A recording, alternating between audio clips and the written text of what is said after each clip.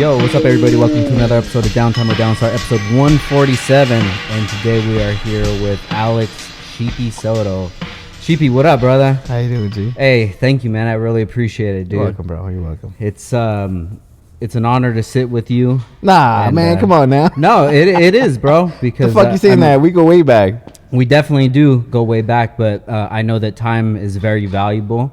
And for you to make time for me on a weekend, especially when, you know, you could be with the family and stuff, that means a lot to me, dude. Yeah, you know, it's a little... I mean, I got all three of my boys this weekend, right? So I had to juggle that. My kids calling me like, Dad, where are you? You know? It's like, dude, I got to take care of some work, you know? But, you know, at the end of the day, I value people that valued me. Yeah. You know? Definitely. So with that being said, you know, if I could make something happen for someone like yourself, I'm going to do it, you know? It's... If I can't, I'm going to tell you, yo, I can't do it. Yeah, I mean, yeah. I think this is like our third time we've tried to do this. Yeah. You know, so with that being said, it's like in the past, like, yo, I can't do this or you can't. But, you know, we try to get the stars to align. We're good. We're here and God is good, you know? So yeah, we're good. no, God has definitely blessed you, bro. You too. Yeah, you know, life is good, man. We started out pretty much in the same scene, you know? Identical scene, same forum, same group of acquaintances. Yeah, bro. It's wild, man. I remember, I don't know if you remember, but I remember the first time I ever met you. So this was at IBOC Summer Nights, right? I had my EG, IBOC Summer Nights, and what I had done is I rewrapped the harness in Raycam, but it was just the stock harness. Like I took off all the plugs and Let me guess, I caught it. Yeah, so you're looking at my bay and I'm like, oh shit, that's Sheepey. And then you're like, hey, what's up, bro? Did you just rewrap the stock stuff? And I go, oh yeah. And like, oh, it looks cool. So I caught it then. Yeah, of course you did. I don't remember. I would be a dickhead and guess. Nah, you were cool, bro. And then one of the other earliest memories was when we were at Week Fest 2010 in Frisco. Oh, yeah, that was a good time. Yeah. I rolled up in the Blue S2000. Yes. I know, I remember that. I think Jared rode with me. Yeah. S2K Jared. I don't know what his name is now, but Jerry Aguilar. A lot of people know him. He's built a pretty dope car. I'm sure we'll tackle that subject. Yeah. Yeah, that was man, that was a fun event, you know. You know, the crazy thing is I could genuinely tell you the most rewarding memories come from the Honda days, man. Yeah. You know, I mean, sometimes I look back like, fuck. Look at my walls. Yeah, I know. I was looking even in the restroom too. They're all Hondas. Yeah. Because when I'm out here, I look at those walls as I'm working, as I'm building these cars, and I look at those things. That's what got me here. That is why I'm doing what I'm doing. Yeah. You know, we all bleed red, bro. We're all gonna go 6 feet underground. And you just can't forget where you come from, you know? No, you're right, dude. Now, speaking of where you came from, can you give us a quick breakdown of who you are and what you do now? Yeah, so my name is Alexander Soto. I own Sheepey Race, manufacturing company based out of Marietta, California. For those that you don't know, we started with the Honda industry. I'm a big Honda guy at heart. I have many Honda builds under my belt, that I built not at the time to develop a business, but out of the passion of just building cars. It's then evolved to a business that it is now. We started with building turbo manifolds out of my garage in 2011. Then it evolved into a business in 2013. In 2014, I opened my first facility, 1,200 square foot facility in Paris. Me and one guy, with an assistant, building turbo manifolds, downpipes, intercoolers, etc. for the Honda community. From there, we evolved into Evos. Fast forward. Here we are now. So here we are. I love it, bro. I love the evolution. You know, I've seen you from the beginning, just starting out, just building show cars and things like that, to coming to this is very inspiring, dude. I love it, man. But something that I really want to get into is your early life. I want to know what makes you. So can you tell us a little bit about that? Yeah. Oh, it's going to get deep, bro. I hope you got a claw on deck. Yeah, I do right here. All right, good. You know, ask in-depth question, and I'll answer it. Go ahead. Where were you born at? So I was born from East Los, LA, County Hospital. Okay. My mom's had me when she was 16 years old. I come from a very proud Mexican descent individual. My family's from Mexico. My mom was born in Mexico. My dad was born in Mexico. My mom's family came out here at an early age to chase a better lifestyle, right? Unfortunately, my grandparents had a very different mind of thinking. For example, they wanted their kids to go to work at a young age. They didn't think like you and I think, right? Yeah. Where you and I, we want our kids to go to school, get a degree, become someone better, right? Their mentality, not that it's bad, it's just all they knew. Yeah. Was to, you're 15, 16, you go get a job. Got you. You're gonna go work now. You're not gonna go to school. You're gonna go to work. So my poor mother was forced to go to school and drop out of school in freshman year of high school, and she loved school, and she had to go get a job. She hated her lifestyle at home. Now, as a 15-year-old, what 15-year-old knows what's right and what's wrong? Yeah, not many. So my mom thought that it would be best to run away. So my mother ran away, met my dad, got knocked up, had me, you know. But my mom was a very hardworking lady, man. She worked 2 full-time jobs as a waitress at Denny's. You know, I mean, my earliest memory was her leaving her first portion of the job, getting off at 2:30, going to where we're being babysat to sing happy birthday on a cake to my sister, and then rushing to go fucking back to work. You know, she was dressed in work clothes, you know. Wow. And that's one memory I think that really fucks me in the head. And not in a bad way. I don't speak of that out of pity. It's just like, it makes me think as a parent, like, you don't fucking want that. Yeah. You know? So that's where I come from. That's a little bit of my background. Mexican descent. I'm very proud of being Latino, being Mexican. I'm very proud of our traits. I'm very proud of, you know, the uplifting of the we come. I think you and I resemble a lot of it. There's a lot of it that I don't want to desire into my kids, that I do not push into my kids. That I see you with your son, you know, and I catch on to it. I mean, I know the way that you were brought up is probably not the way you raise your son. Yeah. And the same way with me, right? Yeah. I mean, the way that I think about it is they had the best tools that they had to raise a family. That's all, like you said, that's all that they knew. Right. You know, but for us being in this day and age, having so much opportunity, and, you know, my son being 12 and him having so much more opportunity than I did, you know, when I feel when I was 12 that I was like 8, you know, and he's like a little man, dude. And it's a fine line from having a balance of like giving them everything and still trying to keep them, you know, learning, because I feel what made me was those kind of struggles, you know?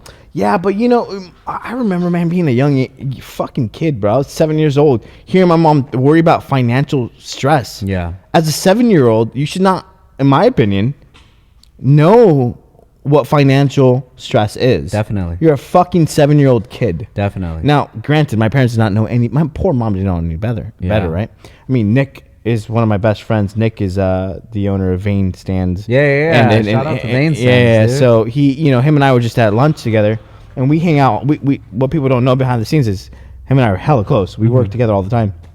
We go to lunch once a week, talk business ideas, business ventures, and you know, one of the things that we talked about today was upbringing of our kids, of how we were brought up, what we want for our kids, and the way our kids think, and it's just.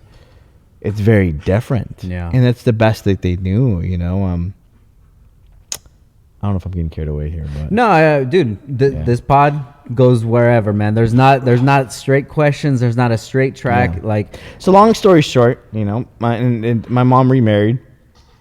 I was 6 and my stepdad. She had 2 kids. And we moved to Colorado for better opportunity of financial structure. It's construction in Colorado was the second fastest booming state in the country at the time in the late 90s, and we moved there and you know, lived a normal life. It was normal, you know. We weren't poor, we weren't rich. I had new shoes. I had the new shoes that I wanted. I had new t-shirt, new jeans in the beginning of the school. My mom worked real hard. She's a hustler, straight hustler. Fast forward, at the age of 16, Mother's Day 2001, she was in a bad car accident. And that's when the alternative event of life kind of happened for me. I know in public areas, public things, public spaces, I've said at the age of 16 I was homeless. And I'm not speaking out of my ass. I could genuinely tell you I was. My stepdad is very old-fashioned Mexican, meaning that if you weren't home by 6 o'clock and doing your homework, you're a bad kid. If you hung out with your friends, you were a bad kid. I don't know if you remember that. All you want to do is hang out with his friends. He's a bad kid. Yeah. I wasn't a bad kid. I just didn't have guidance, right? My mom was in a coma at a hospital, and my dad was nowhere to be around. And I wanted to hang out with my friends. As a 15-year-old troubled kid, you wanted sense of love, sense of comfort, and being around my friends was it. And my stepdad didn't agree with it. Yeah. So he would lock the doors, lock the windows, and I'd sneak into my house, and eventually he kicked me out. I went to go live with my grandma, and she kicked me out. So then I lived legitimately out of a fucking black trash bag for a year. At 16. At 16. So what is your mind thought at 16? Do you feel like, yo, my family doesn't understand me? Or you just wanted to do your own thing? I don't think neither. I don't think I thought about that kind of stuff. I kind of just figured it out. Yeah. I didn't think a pettiness like, poor me, my family don't want. I can't answer it specifically as it's been so long, but as much as I could recollect, I didn't really think about that kind of stuff. And then I have an uncle that's like a dad to me. So I would walk to the library, bro. I lived in this house with all these guys, and I lived in the basement, and they were into like doing some drugs, and I really wasn't into that shit. I was a pussy. Like I was not that kid that was into starting trouble, into doing drugs. At the age of 15, 16, I was into chasing chicks. Yeah. That was my thing, right? I wasn't into like smoking weed or trying drugs or being experimental. Like I didn't give a fuck about that shit. Yeah. And I used to walk to the library. At the time, AIM was big, AOL Instant Messenger. Yeah. So I had an account, so I'd walk to the library, bro, like 3 miles. And I'd walk, I remember this school was a middle school that I'd have to cross through the field. And I was walking, I'd keep my head down and look for change to pick up 5 cents, 10 cents, a penny. And I'd pick up enough to buy a top ramen, right? And that's what I used to buy food. And I'd go to the library, and I'd log into AIM, and my cousin messaged me. He says, hey, where are you? I said, I'm in Longmont. He's like, my dad's been looking for you. I was like, really? He's like, yeah, call him. So I call him. And this is my mom's brother. So I call him from the library phone. He says, Miko, where are you? I says, I'm here. Give me the address. I'm going to go pick your ass up. So I give him the address where I'm staying. And at that point, I walk back. As I'm walking back, I get to the house, the sheriff's department there, evicting everybody from the house that I was staying at. And, I'm not a perfect dude. Yeah. Right? I believe in an upper power. I believe in God. And that was a God moment. Like, if it wasn't for that, I'd be fucking legitimately living and sleeping on the streets. And he picked me up and he told me, if I was in the same position your mom was in, your mom would take care of my kids. I'm going to set your ass straight. And he owned a chain of transmission shops. And he was harsh. He was strict. But he got my ass straight. I was 16. I turned 17. I learned about automatic, transmissions. I learned about mechanics, a little bit about business. I got a job at this commercial warehouse, and I found my opportunity. And I was big into, Hondas and stuff, and I knew that California was it. And my dad lived in Riverside, and I called him. I said, hey, I want to chase my automotive performance life. Can I move in with you? He said, yeah, you can move in with me. I did my taxes. I got $742. Got in my fucking Civic, which is a green one that everybody knows. It was red at the time. I drove it down here at the age of 18 and moved in with my dad. From Colorado, you Yeah. drove the car. Mm-hmm. Really? Yeah. Wow, dude. So was that your first car? Mm-hmm. How did you acquire that car? My cousin. There's 3 brothers of us. And we call each other brothers, but we're not. David and Danny, which is my mom's brother's sons. We were all raised together as real small. We're real tight, like super tight. Like we did everything together, everything first. David was the older one. He was the most responsible one. Danny was the middle one. Kind of didn't give a fuck about shit, and that was me. We're all real tight. David, I was 16. David was 19. David always saved money. He bought the hatch. He would go to auctions and buy Civics or buy cars and then sell them. And I was like, oh, I want that car. Give me the car, please. Primo, come on, give me the car. And he was like, bitch, you even got money? I said, no, but I'll pay you back. So he gave me the car, and I'd have to give him $100, $200 payments, for the car. And that's how I got my first Civic, was through my cousin, which I call my brother. Yeah. That's how I got that car. So you're working with your uncle at the Transmission shop, and then you just decide one day, hey, I want to move to California. I want to move back to California. Well, back in Colorado, we knew that sport compact drag racing was popping in California. How did you know that, from the magazines? Or? Bro, when I was fucking 12 years old, I saved my lunch money and buy every magazine that money could buy. Sport Compact. I bought Import Tuner. I bought fucking Honda Tuning. I bought every magazine. Was there one person that got you into it, or was it your cousin? It was just me that got myself into cars. Really? Yeah. Wow. I was just always into them. That's dope, man. Yeah, I always missed that era. You know, I got into Hondas probably like 2007, dude. So every time that somebody talks about even like those old magazines, I'm like, damn, I feel like a poser, dude. Yeah. You missed that era? I missed that era. Ah, bro, I was fucking 12 years old, 7th grade, 1997, and I was saving my $3 lunch money to buy magazines. Yeah. I'll find a picture. I'll send it to you. We're in the background. There was fucking every magazine lined up. Import Tuner, I had Sport Compact, I had Honda Tuning, I had fucking Turbo Magazine, and I'd buy every single issue that had come out. Hell yeah. And I fucking had them lined up. I knew about Birkenholtz, Stefan Papadakis, Lisa Kubos, everybody. Now they're acquaintances of mine. I call them right now. Yeah. You know, but yeah, bro, I was that kid that would fucking, Mom, let's go to Albertsons. See if the magazines are out. Are they out? Fuck, they're not out yet. Let's come back tomorrow. Yeah. Fuck, buy them, you know? I think I was like that with WWF magazine. Is that? Yeah, bro, that was me, bro. I was fucking obsessed, dog. I mean, I love it. I was obsessed. And then when I got a little older, I would go to the library and get magazines like how turbocharger works, how a 4-stroke engine works, and just kind of taught myself. Yeah. So at the age of 17, you say, right, that you moved from Colorado to Riverside. Correct. There was no discussion, nobody that you talked to, nothing. You were just on your own by that time already? I had a girlfriend, bro. That was the name Sheepey comes from, was this chick. Yeah, it's kind of the hardest things. One of the hardest things I've ever had to do. I was happy with this chick. Yeah. But I knew that it was gonna work, and I knew that in the long term, the things something told me I had to leave. Yeah. Things were fine. You know, I was with her for 3 years, and the night before I left, I told her, "Hey, I'm moving to California." Wow. Yeah. What'd she say? What would your wife say if you said you're moving tomorrow and you leave her? Damn, bro, that's a deep one, man. It was my first love. 3 Yeah. years with this chick, you know? Like in love to death. And then one day I understood the right and wrong, and I understood what I had to do for myself for long term. I don't regret it, but at the same time, you still think about certain things, you know? I mean, Yeah. Listen, I got 3 beautiful kids. Lots happened, but Have you had any contact with her since then? years later. Really? Last time I had contact with her, 2010. Wow. How did that go? 2011, I still talk to her brother. She knows I exist. I mean, for God's sake, my company name Sheepey Race comes from her. Yeah.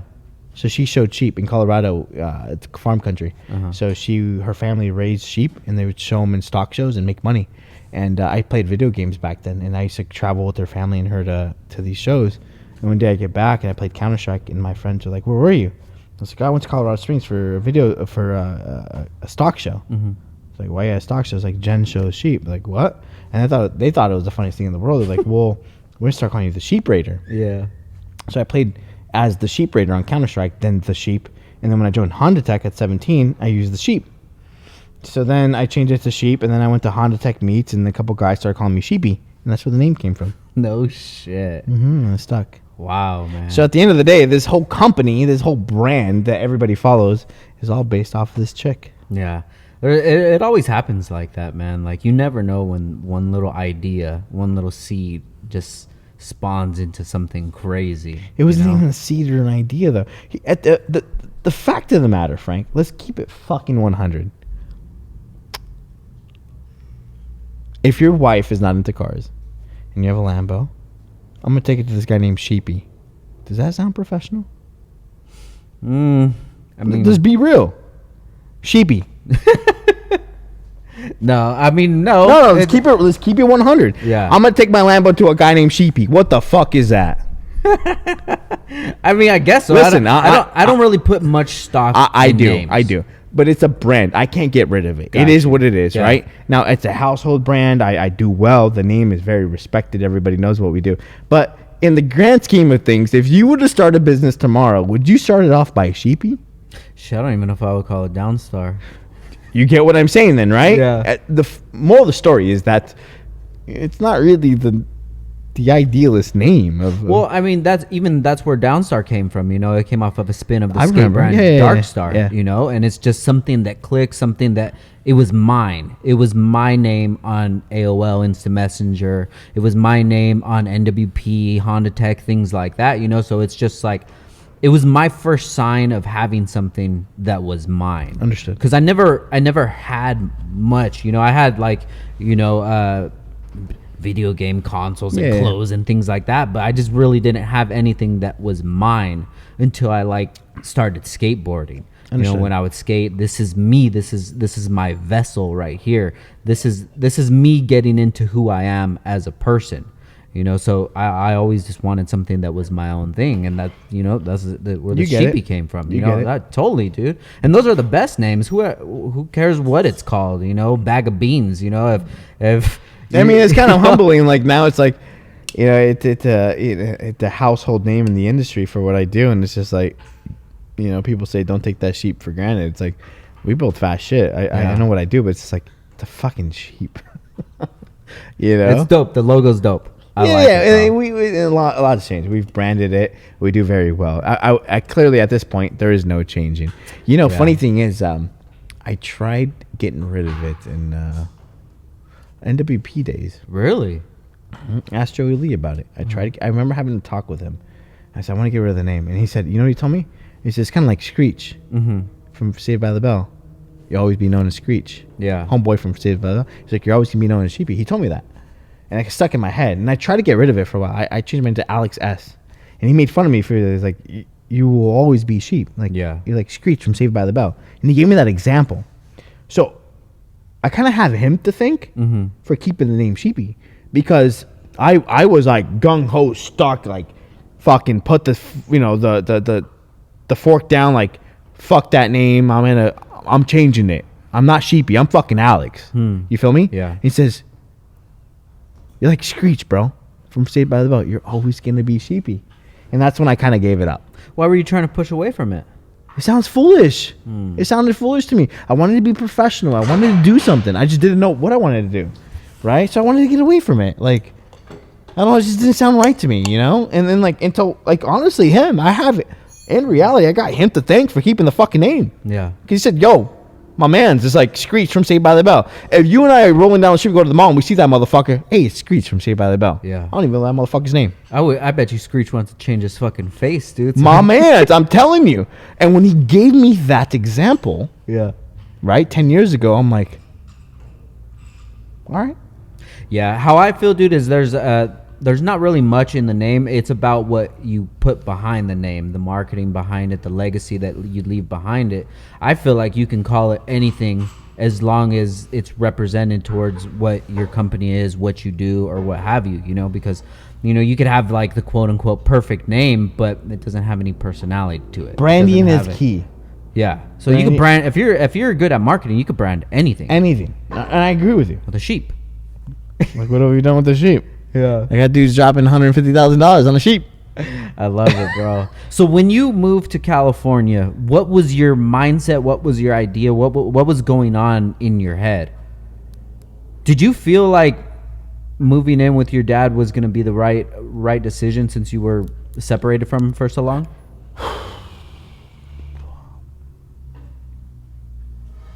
Yeah, I've always had this way of thinking. I'm not too proud of it. I just don't give a fuck. Yeah. I say I'm going to do something. I do it, and I don't think about the negatives. Let me rephrase that. I don't think about the pros or the cons. Since I've had kids, 3 kids now, I am a very, very, very cautious individual.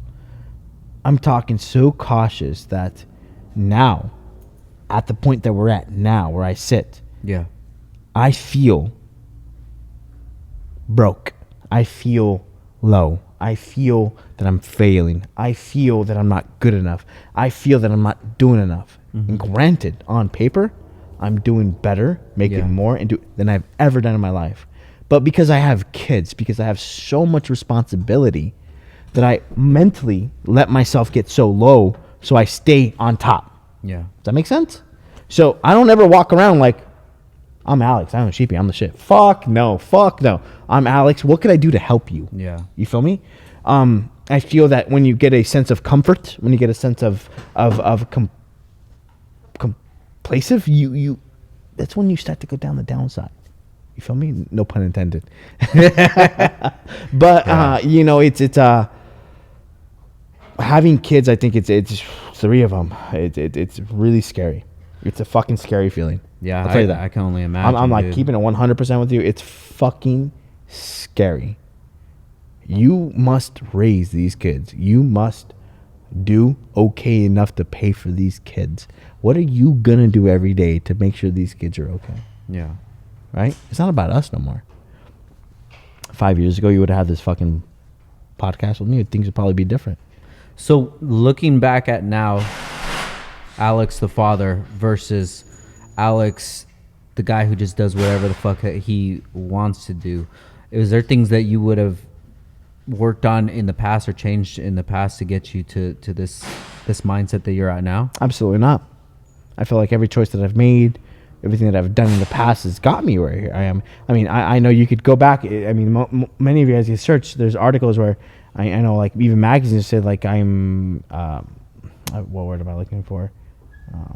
What is that word? Where I'm being spoken of because I had this reckless mentality. I had this reckless way of being. I know for a fact when I was 21, 22, when I built those cars on the walls, I was ignorant as fuck. I thought I was some fucking, I don't know what the fuck you want to call me. I wasn't, though. I was the fucking 22-year-old kid, egotistic fucking kid that did not understand what life was about. Yeah. And you thought that he built a cool car with cool fucking bolts, no pun intended again. You know? And I am the shit. I'm gonna walk and I'm gonna judge everyone's cars. Fuck no, you ain't fucking shit. You're just another motherfucker that happened to put A and B and C together. That's all I was, right? So do I regret any of it? No. Would I change any of it? No. Because those arrogancy moments, those arrogancy lanes that I crossed, that I went down to, has got me to be as humble as I am now, to understand that you ain't shit. You ain't shit. I ain't shit. Yeah. You know what I'm saying? No, I feel you. You know what makes us is being human. No, I could definitely relate to that, dude. Like, when your ego gets checked, it's a really humbling thing. Bro, it's the most humbling thing in the world. And my ego's been checked big time. I'm openly talking about how I was at 21, 22. I have this thing that I say, there's nothing you could tell me about me that I can't tell you. I can tell you at 21, 22, 23, 24, how I was. And it's called being human. It's called being human. It's called making mistakes. It's called understanding in life, you know? And a lot of those human mistakes has caused issues with other peoples in the industries. It's caused burnt bridges. It's caused friendships I could have had great right now. But it is what it is. You feel me? Yeah. I know you and I, behind all this, I've talked about a couple little things. And in reality, why I keep mentioning those little things is because it hurts my feelings. Yeah. It's not because I have something to prove or because I feel like I'm better than somebody. It's because in reality, it hurts my fucking feelings. That 10 years ago, I would hang out with this motherfucker, go to my house, hang out. And then here we are now. And it's just like a negative vibe. Yeah. I feel you, dude. And us coming from this Honda community, especially SoCal, especially the NWP guys, especially the iBot guys, like, you're talking about the Honda community worldwide versus such a small group of people. Yeah. It's like, it literally is like a high school, and we've all grown up together, and we've all evolved and changed and went in our specific, you know, directions, ways, business owners or what have you. But it's just like, you still have that feeling inside of you. Like, whenever I talk to you, I know we're friends and, you know, we've known each other for 10 plus years, but I still look at you like Sheepey. The same way I look at Ryan. You know, Ryan's one of my best friends. We've been to Japan like 4 times together, SEMA and everything, you know, but whenever I hang out with Ryan, I still have that feeling like, yo, this is Rywire, dude. This is Ryan. This is somebody that I used to look up to coming up, you know, and I could just imagine if 5 years down the line, if things didn't go right with me and Ryan and we split ways, and then you know, something happened, whether it was me, my ego got the best of me, or a disagreement or whatever, and we never talked about it, yeah, that would hurt my feelings a lot. And it has nothing to do with business. It has nothing to do with I'm hating on this person or whatever. And it just comes down to like, yo, that was somebody that I cared about, and now we don't even fuck with each other anymore, and that hurts my feelings. It hurts. And last time you were here, last weekend, your son had a soccer competition. We were kind of just talking. Yeah. And you said something to me that was triggering. You said the way we were raised was not okay to say that, to talk about our feelings. Yeah. Remember that? Yeah, definitely. And you're right. And you know, regardless of what I've done, what I have, I feel that it's important to talk about your feelings. Yeah. Because don't get it fucking twisted. The problem with the fucking internet is, everyone wants to portray this. I'm fucking perfect. I build cool cars. I'm the shit. Follow me. Fuck all that. Listen, I'm fucking human. I bleed red. My feelings hurt. I wake up sometimes discouraged as fuck. I wake up and I sit down and I'm just like, fuck. I got what to do today? Yeah. I gotta build that car. I gotta call that customer. I gotta answer 100 emails. I gotta deal with 10 employees. Fuck. But you're sheepy. You have Lambos. Like, doesn't that fix it? Like, In the internet's world. right? But it doesn't. And Yeah. you know, you walk, I fucking wake up. Bro, I wake up, you know, and sometimes I sit in my bathtub, I fill it up, and I just fucking sit there. And I evaluate life like, what the fuck do I do? Yeah. Do I go to work?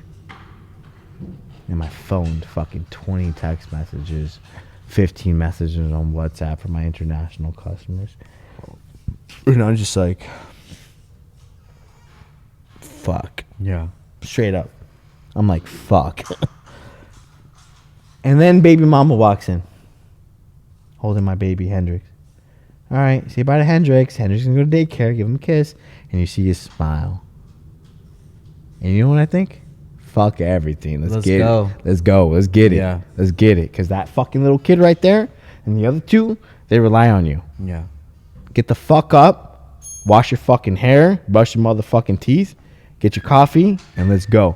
The moment I walk in that door, bro, my fucking mentality switches like that.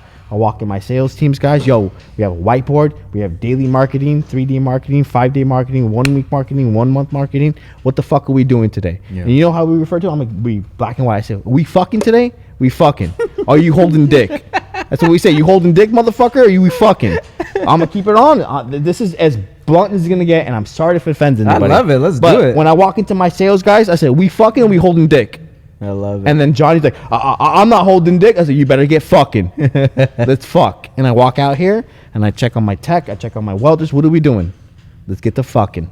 That's what we refer to it. Let's get the fucking. Yeah. Are you holding dick? Are you holding dick? You fucking. And I walk around and I see you fucking holding dick. I'm going to call you on it. Why are you holding dick? Oh, I'm not holding dick. I'm doing this. Get the fuck on it. And the moment I walk in that door, it's no longer pity me, poor me. What the fuck is? Get the fuck to it. You're Alex. You got a business to run, you got kids to raise, and you got motherfuckers to prove wrong. Yeah. Let's roll.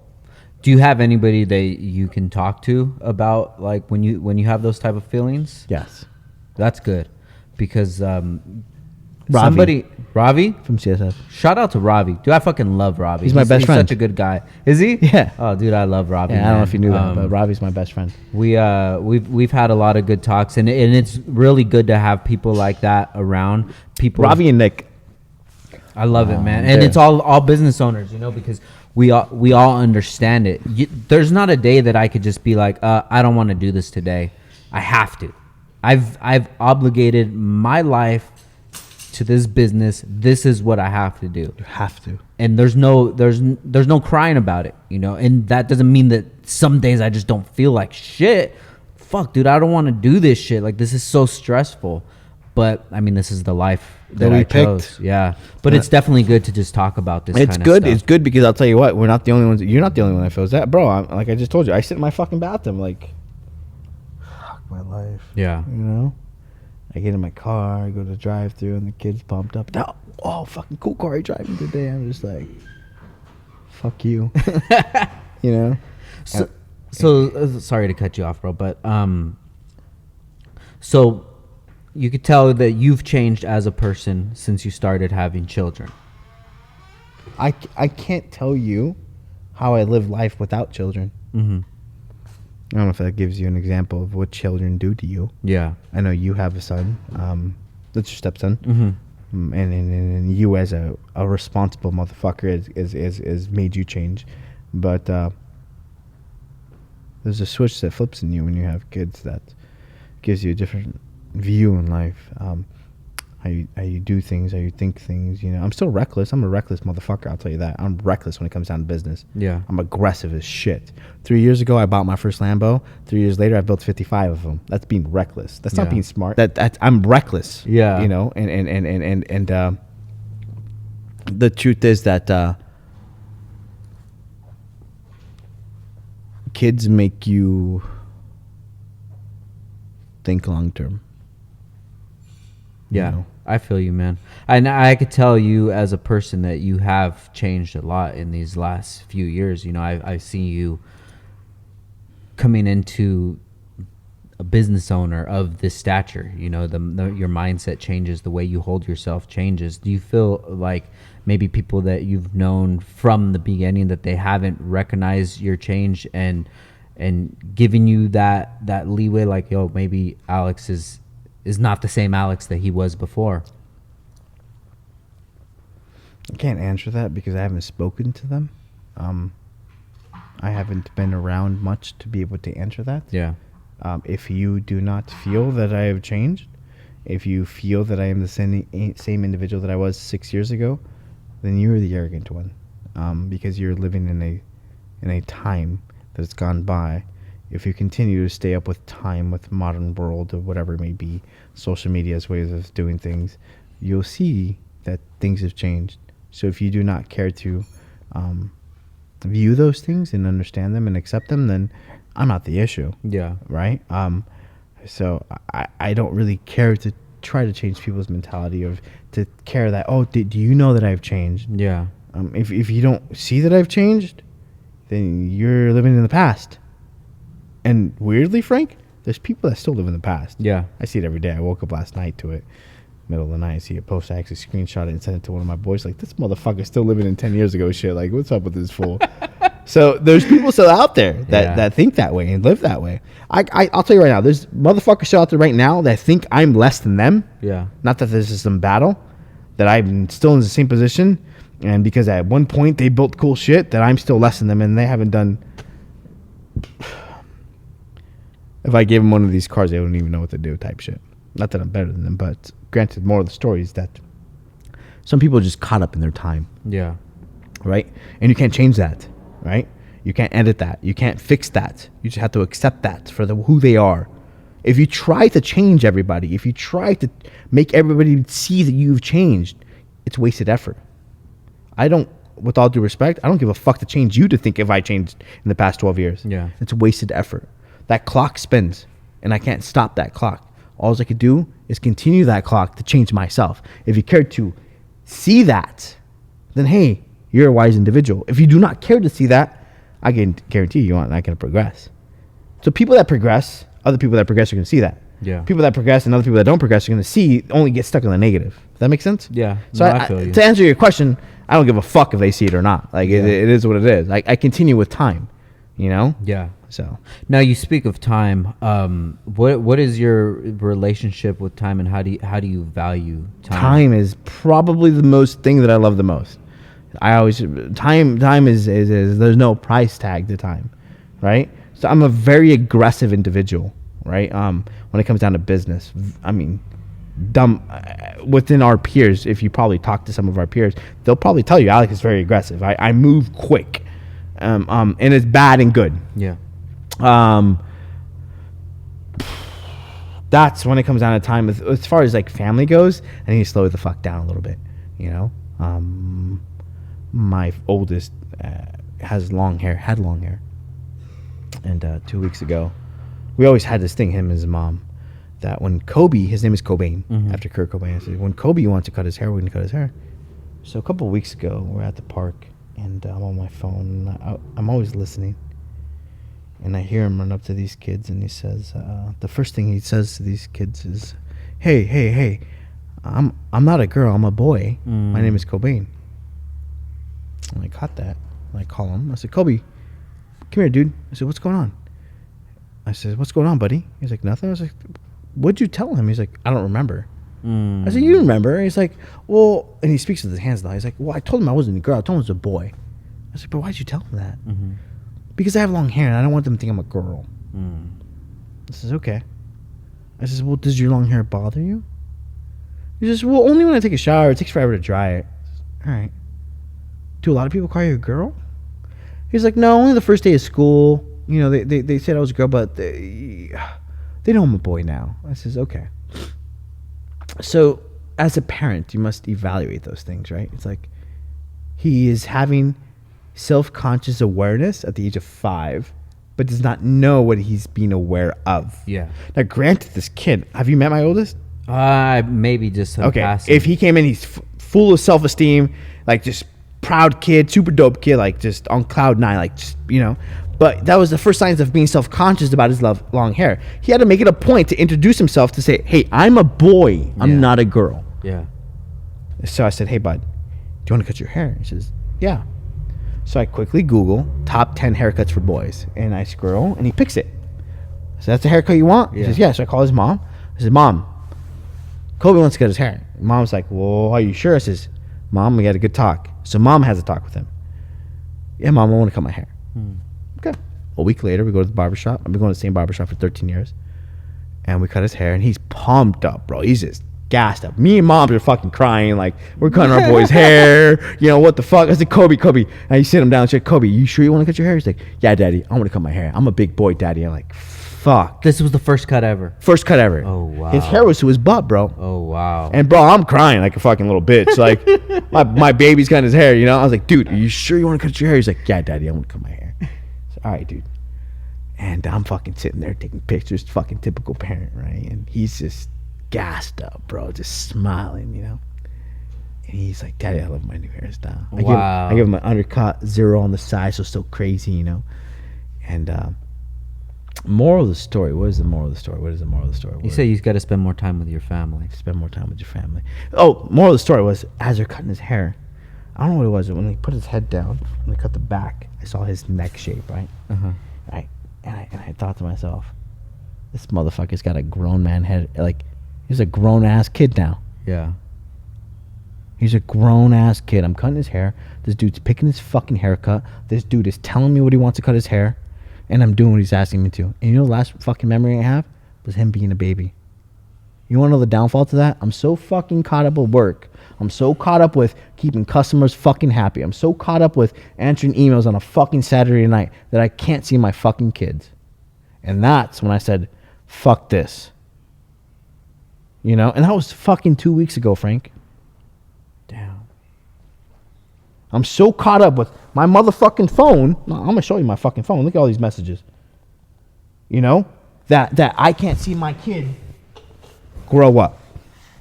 But those motherfuckers, with all due respect, don't give a fuck about my kid growing up. Yeah. You understand?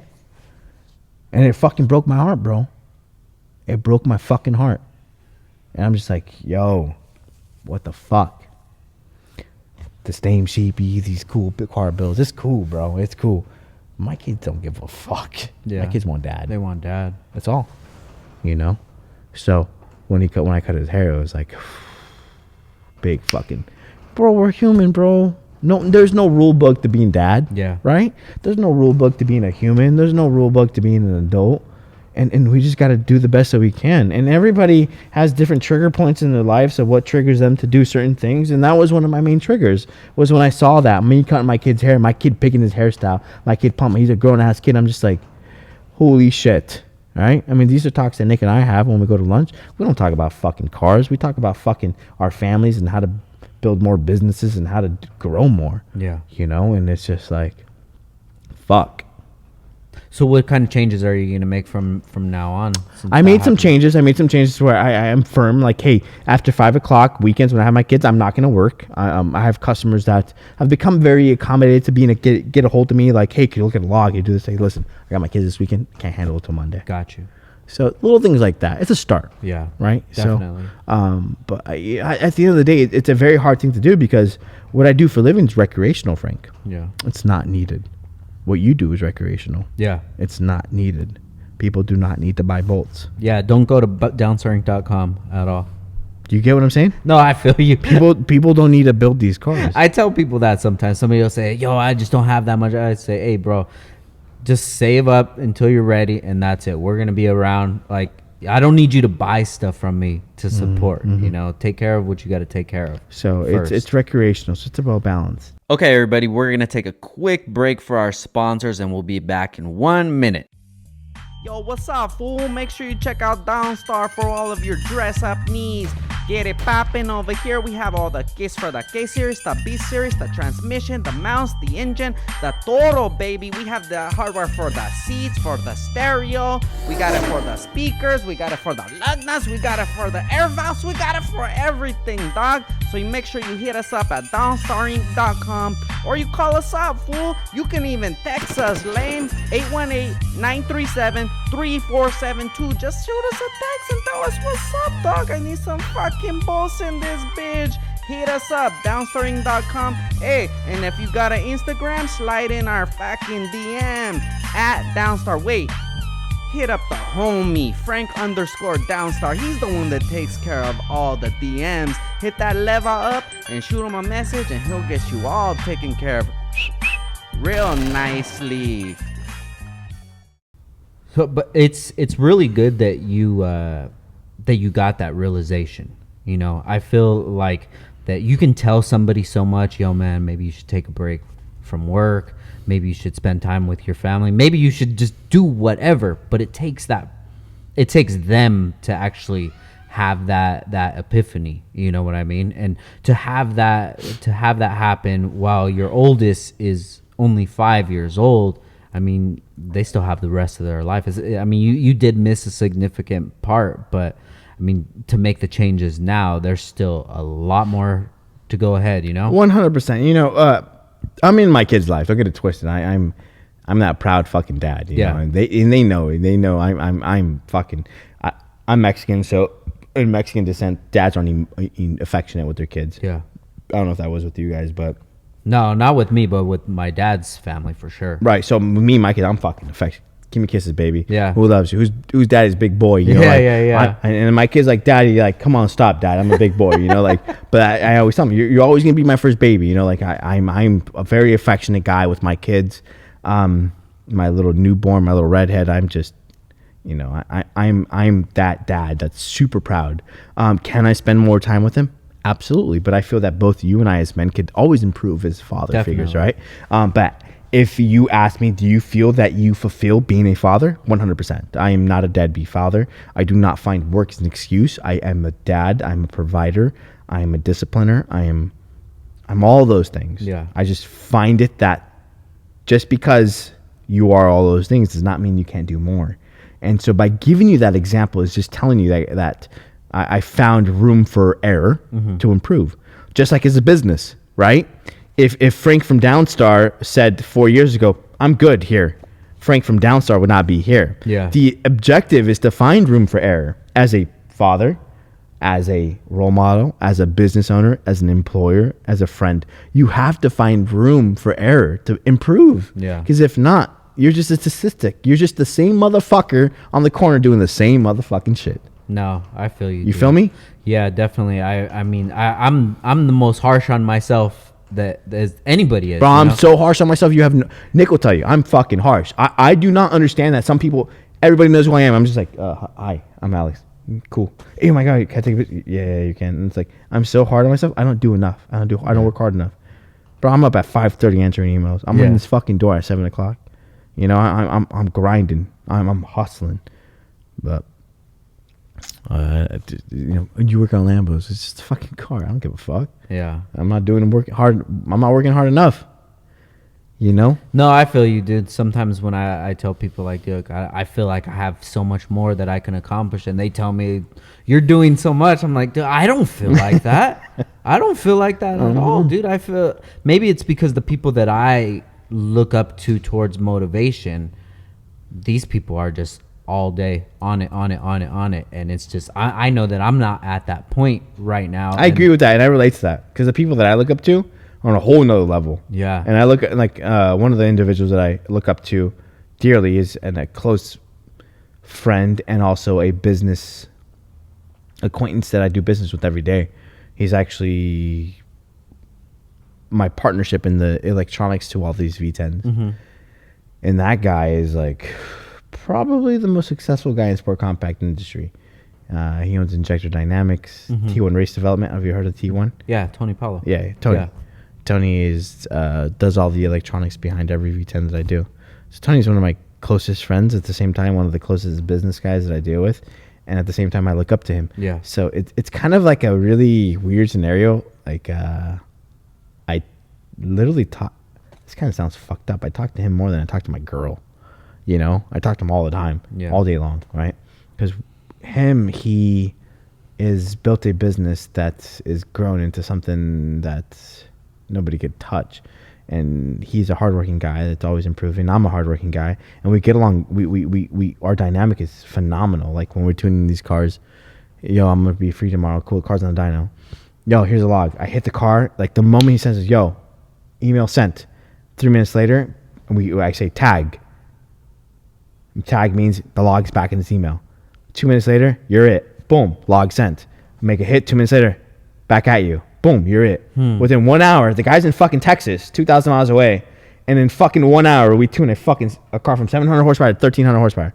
Done, ready to go. But we have a dynamic. We work well together because he's a hardworking guy. Like, time is money. When he's at work, he's not there to fuck around. When I'm at work, I'm not here to fuck around. That guy's got 2 kids. He's got a wife. He's a proud dad. Tonight, he's at some monster show with his son. With his son's name is Kobe too. Oh, nice. Yeah, his Kobe. Mine's Cobain, but we call him Kobe.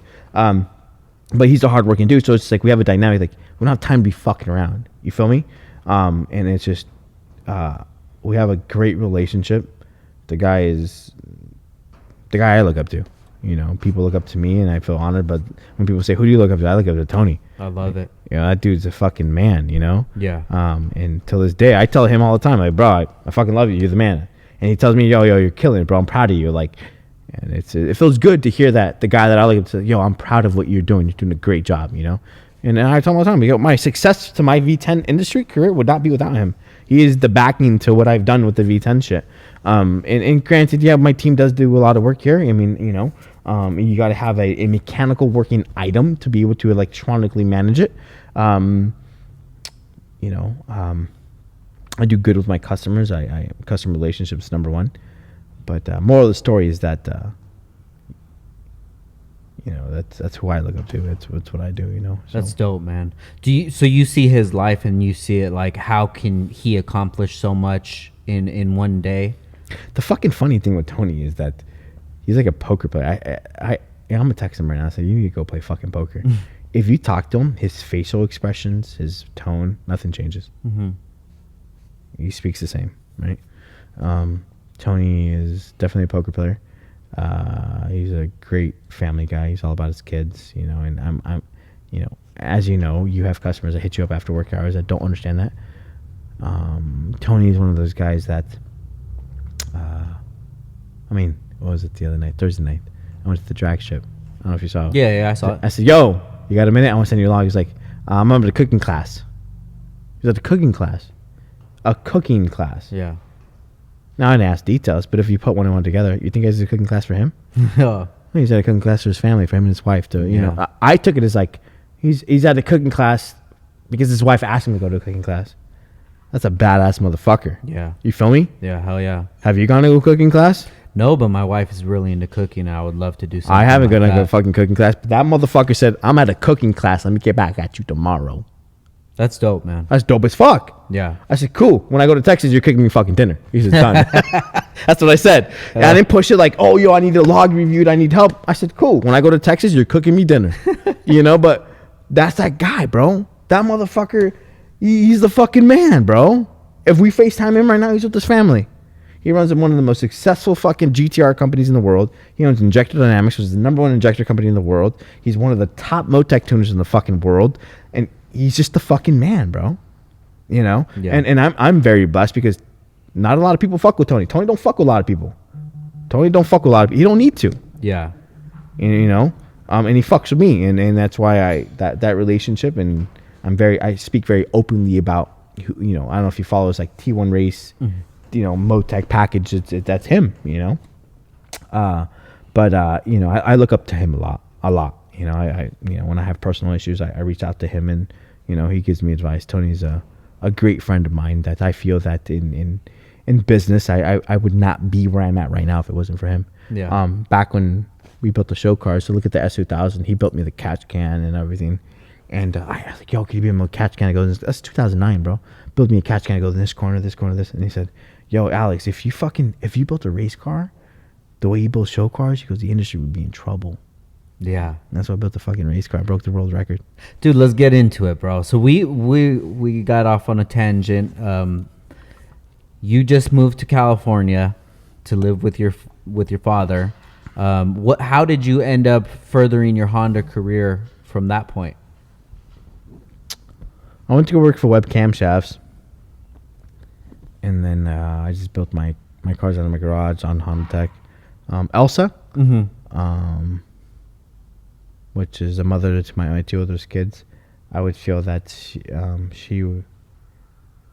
she is the backbone to everything that I've done, business-wise. To be completely honest with you, I wouldn't be here if it wasn't for her. I remember when I had the Civic, I was into drag racing, and I would build it, blow it up, build it, blow it up. And she said to me, don't you want to build a car that just lasts you? I says, yeah, that sounds cool. She goes, what would you want to do? My roof was fucked up. She's like, I was like, well, I want to paint it. I want Mugen rims. I want a wire tuck. Yeah. I want ITBs. And she's like, okay. How much is the paint job? $3,500. How much ITBs? $1,500. How much is this? Wrote it all down. And then she's like, okay. And then she then wrote how much she makes a week, how much I make a week, how much our rent was, or whatever. She's like, okay, on week 3 we could buy this. On week 5 we could buy this. On week 6 we could buy this. That's how I built that car. Which car? The EG? Was off of her spreadsheet and her dictating when and where we buy things. Not me. How long were you guys together? At that time, I started dating when I was 19. I was 21 when I built my first cover car. But it was because of her. Yeah. She said, and a lot of that money came from her money too, her paycheck. But I made $400 a week. She made $400 a week, you know? Yeah. We paid her parents $650, $700 for rent. We had an Altima, $500 car payment. We had insurance. And then she's like, okay, then this is how much we spend for food a week. We're going to balance ourselves. This is how much money we give ourselves for food. And this is how much money we have left over. This is how much money we could go towards our car build. No way. And that is what got me on the cover of Honda Tuning. Wow. With her. That's awesome. And then came the Integra. And then came the race car and Civic. Then came the race car and Integra. She was the backbone behind, financially, all of it. I fucking sucked at spending money. Like, till this day, I suck. I'm like, yo, here's my card. Charge me. She's like, no. You know, and that's how it started. And till this day, she manages my money. To this day? She's CPA to the business, yeah. Really? Yeah. Awesome, man. Yeah, so speaking of the Integra, that's when I first started following you, when the Integra was coming out. I think you already had the EG, but yes. I remember first seeing the Integra.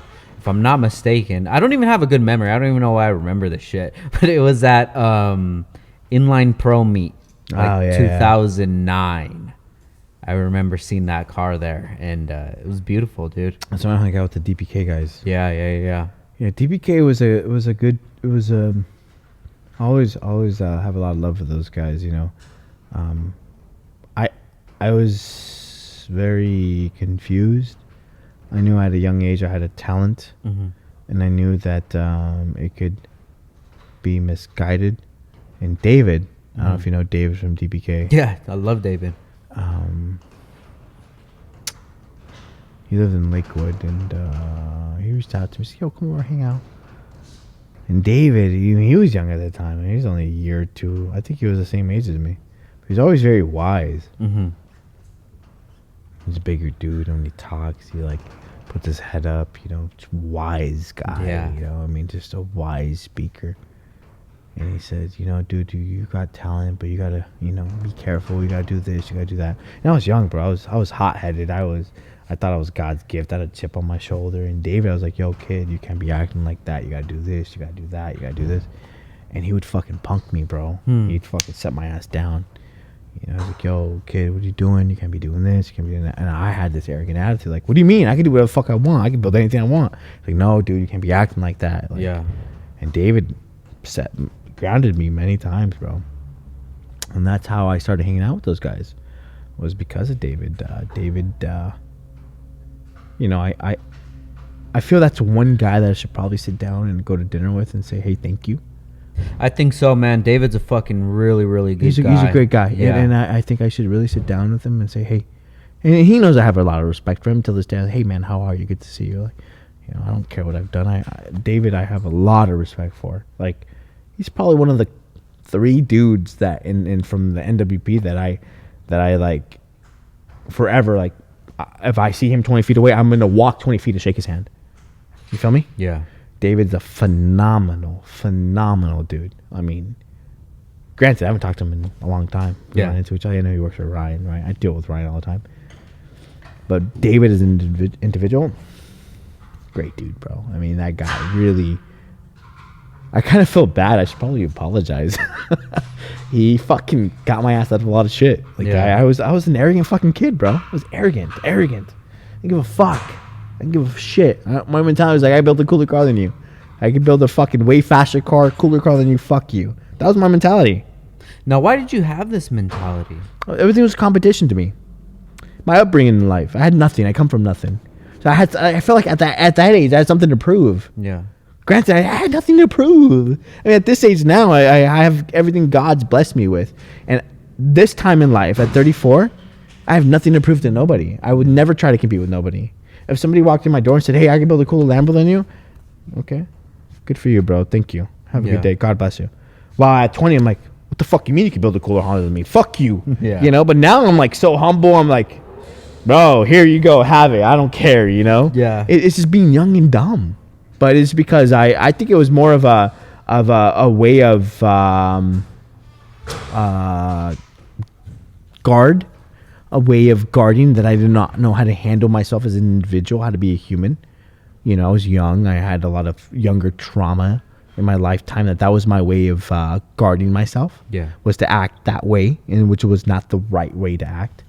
I mean, you won't hear me talking or acting that way now. I get people now that hit me up like, oh, I could do this. I say, okay, go at it, bud. Like I literally put my head down. Last week I went to when I walk, I keep my head down.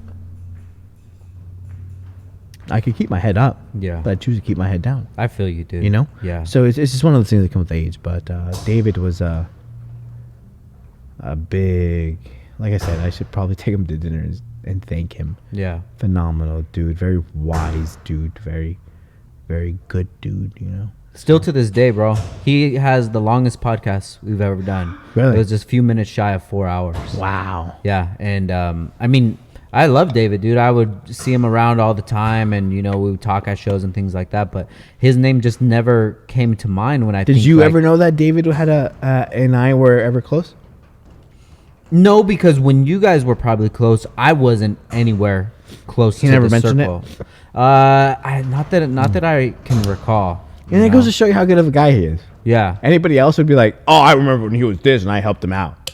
That goes to show you the character of that motherfucker. Well, I think that people know how I hold myself and the way that I like talk to people. So I don't really have people that like would tell me things about somebody else because they already know the headspace that I'm in. Like, what you're telling me right now is going to say more about you than it's going to say about a certain person. Yeah. You know what I mean?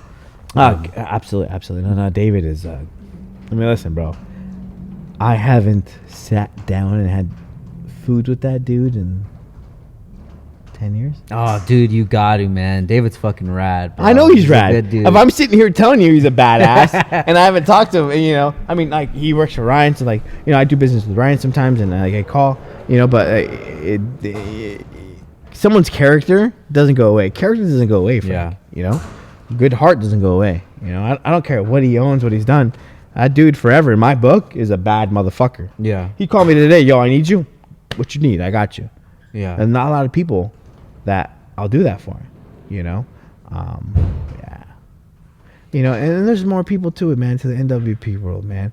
You know, it's fucked up because, like, I'm a male and I hold grudges, and, you know, there's some fucking people that I'm just like, when I see them, I'm gonna fucking bash their fucking head in, you know, and it's just like, it's not the right way to think, you know, and it's just like, I think that's more my feelings talking.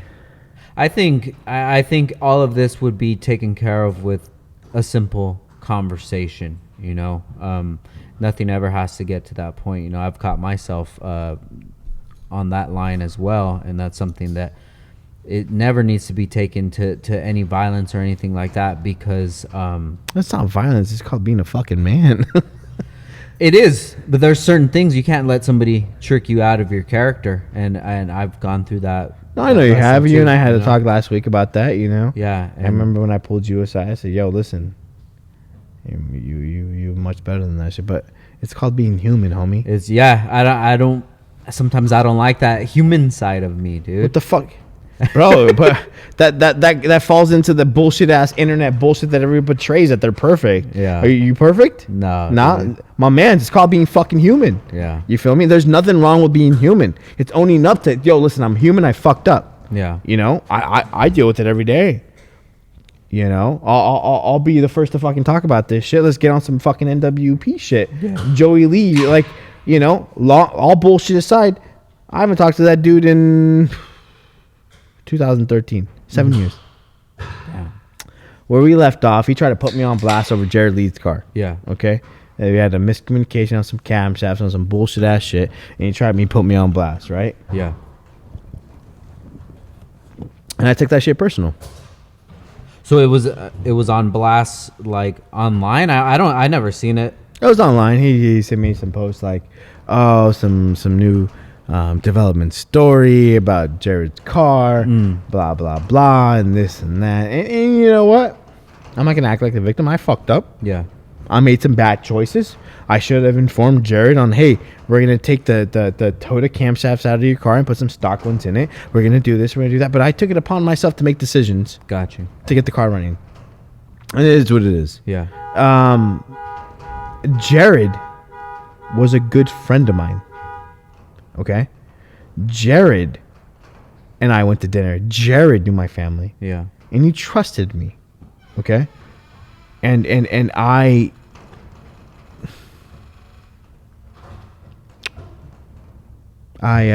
did some things. It's fucked up. He bought some Toyota cams. They didn't work. I couldn't get the AM to sync with the cam trigger to fire. So I took the cams out. I put the stock ones in it, and it fired. And I left him in there, and I didn't explain to him that, you know, the position of the cam trigger sensor was different from the Toyota to the factory cams. That's why we left the factory cam ones in there. And when he went to go do a valve latch adjustment, they noticed it was a factory cam. Mm-hmm. It's just a lot of bullshit. Now, there's a lot of reasoning to the bullshit. It's not that I wanted to keep his fucking camshafts. We're going to get it to run. And I couldn't explain these things. It was too late when it all happened. Yeah. So the uneducated guy that did not know about race, did not know about nothing about cam sync and ref sync and AM was like, oh, I'll try to fuck you, try to keep your cams. I ain't trying to keep your fucking cams. I don't even own an S2000. I don't need your Toyota cams, brother. You know, but it was too late. Yeah. People in his ear, this and that. And one of them was Joey Lee. Yeah. And Jared's a good guy. He's like, listen, bro, you fucking me? I was like, I'm not fucking you. Well, here's your money. For what you paid for the cams. It was like $1,400. But at the end of the day, I lost a friend. Yeah. I lost a friend that was a good dude, man. Like, that's probably one that hurt. Jared was a fucking friend of mine. Jared's a good dude, man. I like him. Jared's a great guy. Yeah. He was a fucking friend of mine. But because of the choices that I made of not communicating, not telling what I was doing, not involving, and just assuming that he did not matter to not involve him because he did not understand engine dynamics, he did not understand that, it was okay for me to not talk about it. It was not okay for me to not talk about it. I should have spoke about it. I should have picked up the fucking phone and said, hey, this is what's going on. Because at that time, regardless, Jared would have been like, okay. Yeah. But I took it upon myself to make that choice for myself, right? Fast forward months later, all that shit. And I paid for it. I'm not one that hides from my mistakes. I took care of it. I made mistakes, and I learned from it. And it hurt. Yeah. It hurt because Jared was a friend of mine. I kind of feel that whole thing kind of put a bad taste in the industry of the Honda industry with me, and that's when I kind of had to step away and kind of just focus on myself. And I focused with like Mitsubushi and just business, and kind of grown. But you could see where Joey was coming from. 100%. Oh, of course I can. You know, I was very familiar with this situation, not as it was happening, but afterwards. You know, you would hear things like, "Oh, don't Sheepy did this," or what have you. You know, but you and I have always had our own relationship, and anybody that says anything about anybody, I'll listen to it. Okay, cool. What was your interaction? All right, cool. I just put that inside my data, you know, and I don't change the way that I think about somebody, but it's like, okay, I have this kind of thought back here. So I don't want to end up in this certain kind of situation, but we've done business since then, and everything's always been perfect. So in that situation, not only with you, it has happened with so many other people. It's like somebody says something about this person about this person, but I've dealt with both of those people, and we never had any sort of issue. You know, yeah, but granted, is you're always gonna have. Not every situation is gonna be perfect. You're gonna have fallouts. Yeah. And people are always gonna talk about the fallouts. But you know, I have a multi-million-dollar company now. I've sold 10,000 plus manifolds. I do 5 million plus the sales a year. You're gonna have downs. I have a lot more good than down though. Yeah. I have 5 million just last year in sales alone. 3 million in the year before that. I've clearly done all right. I've clearly practiced good business. Yeah. Now, granted, through those years, I've had a couple angry customers via time delay or shit not fitting or whatever the case may be. But at the end of the fucking day, Frank, it's how you take care of the situation. Yeah. You understand? Because if everybody tries to practice a good conduct upon the first initial shot, the world would be fucking perfect. Granted is, you're not fucking perfect, neither am I. But when you fuck up and when I fuck up, it's how you take care of it. How do you take care of your fuck-ups with Downstar? Change. How do I take care of them? I'm assuming the same. Change and fucking eat it. Yeah. Fucking eat it. All right? Just this past fucking couple of days, I got 2 sales guys. I got 2 shipping guys. 5 fucking welders. 2 techs, right? I'm fucking sitting on my couch in my room on Friday morning, right? And I get a tag on Facebook. I never go on Facebook, bro. I go on Facebook, I get a tag mentioned. I click on it. It's a fucking evil form. This guy makes a meme like, oh, fucking Sheepey Race was taking so long. And people are like, oh, yeah, fucking Sheepey Race this, Sheepey Race that, Sheepey Race this. And then his name on Facebook's like Roy and then like this like made up last name. So I quickly go on my sales guys like, who the fuck is Roy waiting for a fucking item? What are you talking about? I'm like, there's a guy that just made a post saying that he's waiting on shit from fucking December 3rd from us. Right? Look up a Roy. I can't find it. Fucking find a Roy. Finds a Roy. Oh, yeah, that manifold's back there. It's going to ship today. Oh, it's going to fucking ship today. You're so nonchalant about it. It's going to ship today. The moral of the story is that I own the fucking business. Guess who it fucking hurts when there's a post? Me, bro. Not them. They fucking work for you, bro. Yeah. All these motherfuckers, all 10 of them. I'm not down talking my employees. At the end of the day, they come in and they fucking leave at 5 o'clock. And guess what they are? Employees. But the Sheepy name, who's that? Me. When Sheepy gets fucking down talk, guess who they tag?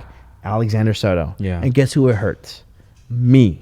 And I take that shit fucking personal, bro. You know what I did?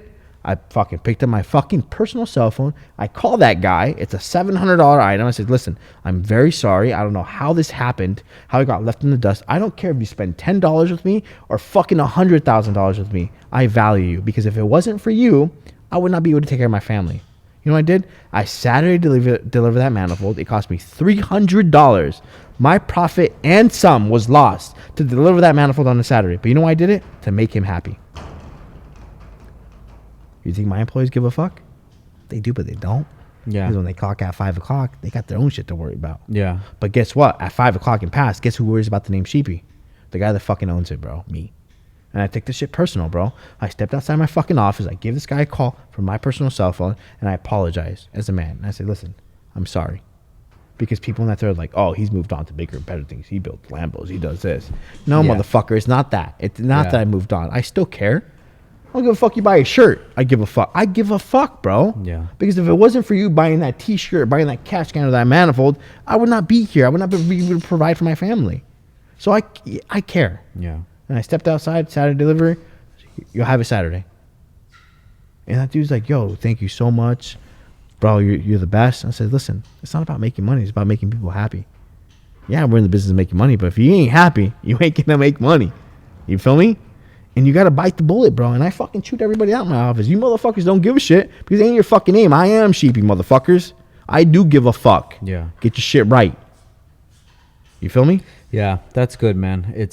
I mean, like I said, some of this stuff, it just takes a conversation, whether it's with past friends or whether it's with a customer. You know, I've had customers like that. And when they see me humble down, like, you know, man, I'm so sorry. Like, I don't know how this happened. I fucked up. You know, if I could tell somebody, yo, I fucked up. What do you want me to do to make this better? Because I fucked up. What can I do? You know, and when people see that, then their guard. Yeah, because they see you're human. Down. Definitely. The human element. And it's being human, bro. It's like, we're all sinners, bro. Ain't nobody perfect. Listen, if it was easy, everybody would do it. But you must see when you sin. You must see when you do wrong. And I see it. Bro, I stepped outside. I called him from my own cell phone, bro. Yeah. Right? Yeah, I got $3 million in Lambo built in the shop right now. A $700 fucking sale. I step out and do that.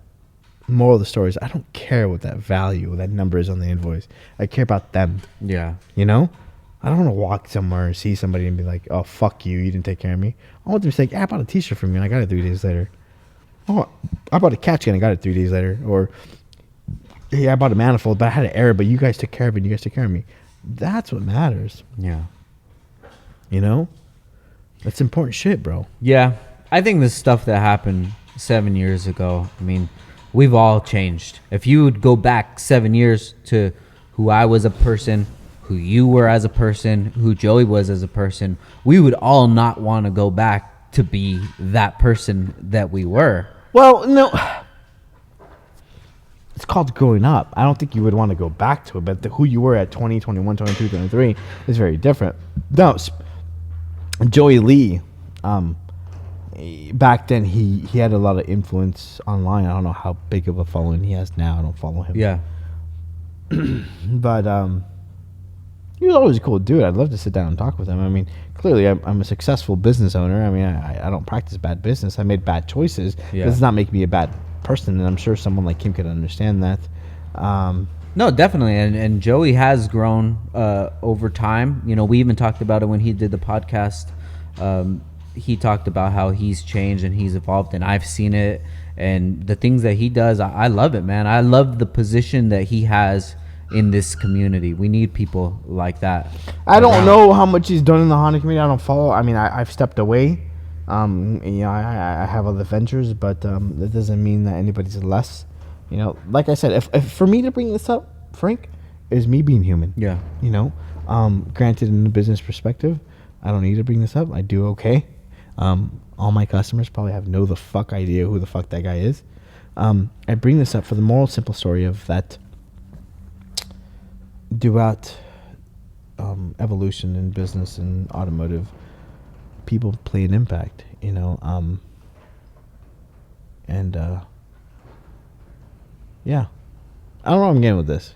Yeah. Sorry if I'm like rambling on. You're good, bro. It's bringing up stuff that it's hard shit. It's hard shit. It is. It's deep shit. I'm sure a lot of people watching now are fans of yours from maybe the past four years or so when you started doing different cars and the Lambos and things like that. But the history and the passion and the feelings that go with the Honda community, that's something that can't be replaced. Honda is my heart. Honda is my fucking throne. That's where I started. That's where I love. That's what I do. That's who I am.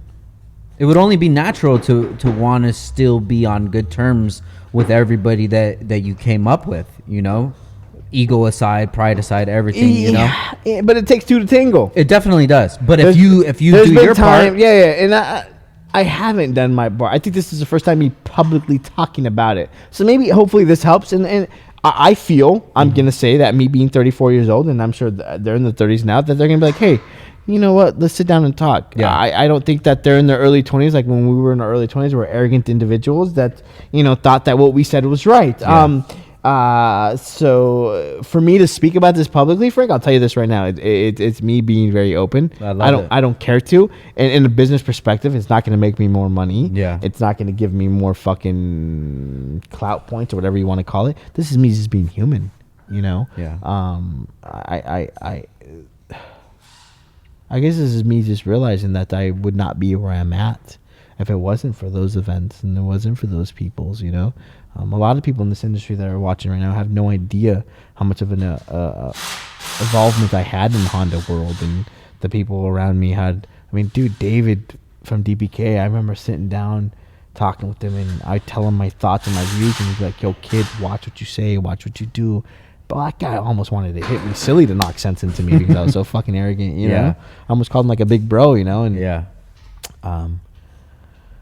I think it would be nice, man. I really think the Honda community misses you. You brought a lot of very cool things to the community. Even before Sheepey brand started up, one of the memories I have was when the Integra ended up turning into a race car, sport front wheel drive. And I think from the outside looking in, that feels like that was the turning point of everything, when you realize that I can do a little more than just what I'm doing now.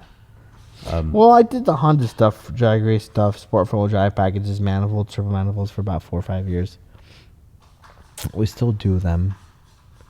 But I'm saying that time when that car was at Englishtown, Chris Miller was driving it, and something happened. The car broke, and he's pushing it. That was Maryland. Was it? Yeah, that was Maryland. World Cup. Yeah, World Cup. Got you. That was 2012, bro. That was 8 years ago. That was a memory, dude. That's a fucking phenomenal memory. Yeah. You know how much money I had to save? I lived off of fucking cents to make those races.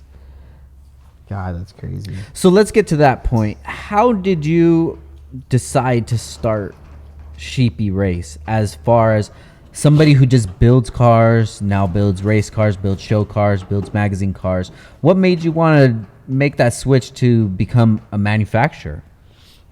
You. Me? Yep. Really? Yep. How did that happen? I was sitting in my living room and I was telling my wife also like how Frank Downstar was selling bolts. You sent me a message on NWB and you asked me where I got certain bolts. Yeah. Because I remember back then I was like one of the first ones to run socket bolts and everything. And you asked me, where'd you get these bolts? And I was a fucking dickhead to you. Yeah. And I said to you, you figure it out. It's something along those lines, right? And I told Elsa, I said, this fucking guy is making a living off of selling bolts. and you know what she said to me? Does he have a bigger following than you? I said, no. She goes, why aren't you using your following to make money? Yeah. And I sat there. I said, what do you mean? She goes, why don't you use your following to make fucking money? I said, why would I do that? We do all right. Yeah. So you should let other people make money with your name? This is, should you use Car Coos, DPK, and all these people to make money off your name? You're sheepy. So, what should we do? Charlie made turbo manifolds. Let's make turbo manifolds. No fucking way. Okay. It was you, Downstar. I remember the day in my living room. Really? Yes. Damn, that's crazy, dude. And I put that on my kids, bro. It was you. Fuck. I didn't even fucking know that, dude. I've talked about it a couple times. I appreciate that. I said, I didn't refer to you as a subject. I said my peers are making a living off their name when I had a much bigger name at the time. At that time, and I say this very humbly, I had a bigger following than you did. Naturally, you were in it way longer than I was. And I wasn't taking advantage of it. While people like you are like fucking hustling, I'm just like sitting here, you know? Yeah. And I was just like, what the fuck are you doing? I'm like, well, what the fuck you want me to do? Do something. That's awesome, bro. Hell yeah. That's how I started. So then what was the first step into going towards after the plan was made? So the plan was for me to make an extra company. Kundo, Otro? You got it right here, Doug. Oh, never mind. So I got one. So the first step was like, yo, if I can make an extra $200 a week, we're good. That's like $800 a month, a car payment. You feel me?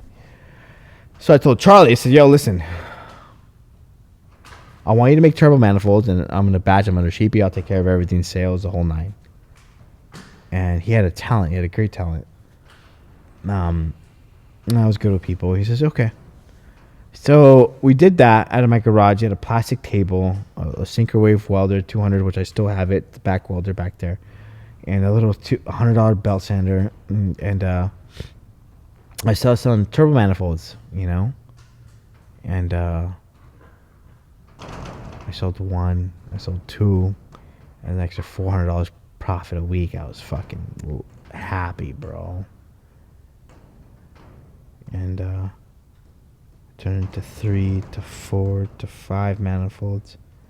Before you know it, my little garage hustle is keeping me busy. And me working at webcam shops is like backup. And it was great, man. I mean, to be honest with you, Frank, it was probably one of the best times of my life. And don't take away from what I'm doing now. Yeah. But if I had to choose between that time and this time, I'd go back to that time. Dude, chilling in the garage with your homie. Having a good time. Building a product that you never even, whoa, my name's on this? What is this? Not having overhead, not worrying about paying $30,000 in bills a month. Yeah. Just having a good time, bro. I'd go back in a fucking heartbeat, bro. Now, granted, life is about evolution. Yeah. Right? This is me talking comfort, right? And fuck, was it great. Yeah. It was fucking... I mean, I got pictures, bro. I can show you. From... My neighbors are so cool. We'd be fucking... Charlie was up at 3 in the morning making manifolds, belt sanding to get a... You know, for the manifold to be done at 8 in the morning for me to take the webcam shafts. Because I went to work. I had to be there at 8. So I take the manifolds with me to Web, and Web would ship them for me. You know? Oh, shit. Yeah, bro. And it was just like... Fuck. It was dope. Damn. It was dope. Now, at this time, what was Charlie doing? Where was he working at? He was working for me. No, before that. So Charlie, and before that, he started to try to do his own thing, and it Okay. didn't work out too well. Okay. So that's when he was like, hey, I offered to him, like, hey, you want to make manifolds for me? I can keep you busy enough. Gotcha. And he agreed. I said, yo, live with me. He lived in my house. Okay. I had a 3-car garage, and we had a little setup in the garage, and that's how it all started. Yeah. And it was dope, bro. I mean, he had a Honda CRV. Yeah. So we had the Integra. We'd go to Irwindale with the Integra on a fucking U-Haul dolly, bro, to go drag racing. And it was just memories, bro. I will not trade for the world, bro. This fucking Lambos, this money means shit without that. Like, and Charlie's my boy, you know? I mean, granted of business, like, it's Business is tricky, man. business definitely is very is. tricky. It's a scary thing, man. It's a scary thing, you know? It scares me, you know? I'm young, you know, I got a lot going on for me. I feel like my business is growing dramatically, and I gotta watch it very closely, you know. So. Yeah. I wanted to talk to you about that, the growth of the business. Now, you just starting the business without really any idea of where it was gonna go, just throwing shit on the wall and seeing if it sticks, and it fucking stuck. And then now moving from that onto Mitsubishis, and then from that, then you worked on the GTRs, if I'm not mistaken. Smallly. And then from that, it went the Lambo. I remember the day that you bought the Lambo, because that clicked in my head. Yo, if Sheepey could get a fucking Lambo, I could get a fucking Lambo. Because Sheepey and I are in the same, we're in the same world. It's not just some random dude that I saw on Instagram that I've had a conversation with. You're like showing the path to get to that. So that's always stuck with me. Yeah. And you started doing the Lambo stuff, and that blew up, and the company, I've seen it grow over the last, 2, 3, 4 years astronomically, dude. Like, what are your thoughts about that? What are you afraid of where the business can go from now? Very. It's scary because, like, if you look at like a graph, it's fucking steep incline up. Yeah. and it's scary. Most people are like, hell yeah, I'm fucking going up. Me, I'm like, holy shit, that is way too fast. Slow down. Yeah. You know, that's like, I mean, last year I did 5.5, 6 million sales, and I'm at this time, or what month are we in? Going into March, January, February, March. I'm up 80% in sales. Yeah. And it's just like, whoa, chill, you know? It's fucking very scary, Frank. Most people would be like pumped up. You know, I'm the shit. I'm the man. I'm fucking invincible. And me, I'm like, back up. Well, if you think about it, if you think back to when the business first started and how you would like to go back to those times, it's naturally going to be that in the future, you're going to wish that this time that you come back to this time right now, dude. Fuck. Excuse my language, guys. It's just like, it's fucking scary. It's a lot of responsibility. It's like, what the fuck, man? You know, it's fuck. That's all I can say is fuck. Like, it's a scary shit, bro. What is your end goal? Where do you see the business going? So the aggressive side of me, on top. Mm-hmm. The humble side of me, take it easy. Yeah. If you want me to be completely honest with you, I want to be at the top. I want to be compared to UGR. I want to be neck and neck with UGR. I want to go to fucking race events and be going to finals with UGR. And it's not if, it's not when, it's gonna happen. Aren't you already considered competition to them now? Yeah. UGR is been doing it since 2005. Kevin and Casey are great guys. They've been doing it since 2005, back when you and I were barely fucking with Civics. Mm-hmm. So granted, their experience and their understanding with these vehicles, the platforms and the engine dynamics, etc., was much far superior than mine. I learned very quick. I mean, just like in 2012, I jumped in the big leagues and broke world records. I'm gonna do the same fucking shit. You're not gonna scare me. Yeah. You know, they hold the records. At this point, I feel that my knowledge to go that fast is there. It all comes down to finances. Mm-hmm. It's a very expensive sport to build a car to go 250 mile an hour and a half miles. It's about $1 million a car. This year we will do that. We will go that this fast. year. This year, yeah. So it all comes down to the financial expense of funding to a car. At that point, these cars become race cars. You know, you go to a race event, you drop the engine, you refresh it, you refresh the transmission. They're not street cars. These are full-blown race cars. You have $1 million race car going down the track that costs you $500,000 to $700,000 to just maintain a year. Mm-hmm. So what's the reasoning to want to do that? You want to be at the pinnacle of the Lamborghini community? Pinnacle, I want to be competitive. The pinnacle is UGR. Okay. I'm not the pinnacle. UGR will be and always has been the pinnacle. Okay. There's no doubt about that. Don't try to take away from them. I've never tried to take away from them. I have my own niche. I have my own customer care. I have my own style of building turbo kits, my own style of doing things. And at the end of the day, there's not every customer is going to be comfortable with their way of doing things or my way of doing things. Every individual is different. So I happen to have a style of doing things. And if the individual is comfortable with going with me, here I am. Yeah. If not, I get calls all the time. I want to build a 2,000 horsepower Lambo. I don't offer that. Well, why don't you? This is because I like to build the cars off my own funding and develop it. And I haven't done that yet. Yeah. Well, I'll send you a car. You can do it for me. I says, I'm good. Thank you. Go to UGR. They've built a handful of 2,000 horsepower Lambos. I send people to UGR every day. Now, do you guys have a relationship? I would say we do. Kevin and Casey. Here's the thing, bro. It's business. Yeah. In their position, they don't want to share their business. Right? I don't blame them. Yeah. In the business they've been in for fucking 15 years, they've been the top of the totem pole. They still are. It's UGR. I look up to them. I just bought their fucking hoodies. Like, it's fucking UGR. Like, yeah. The motherfuckers of the shit, fucking country ass motherfuckers built some fast shit. You feel me? A couple months ago, about 4 months ago, I kind of had a bump in the road with business. I had an issue that kind of turned for the south for me. And you want to know the funny shit? Yeah. When I woke up at 6 a.m, guess who reached out to me to fix it? UGR. Kevin. I love it, bro. He sent me a message on Instagram. He said, give me a call. I love it. So I call him, and he's taking his kids to school, and I hear him in the background. Hey, have a good day. He's like, Alex, listen, I know you're a good guy, Alex. I know you build nice shit, you know.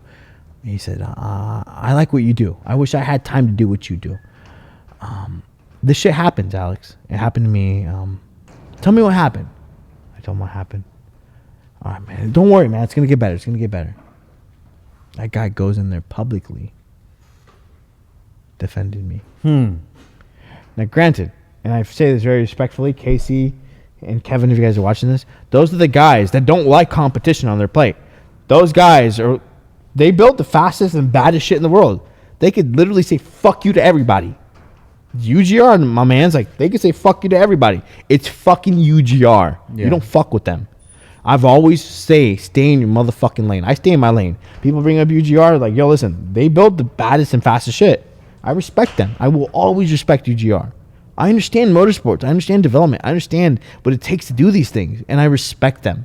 You feel me? Just what I do. I don't build fucking 250 mile an hour half-mile cars. I bet you 210.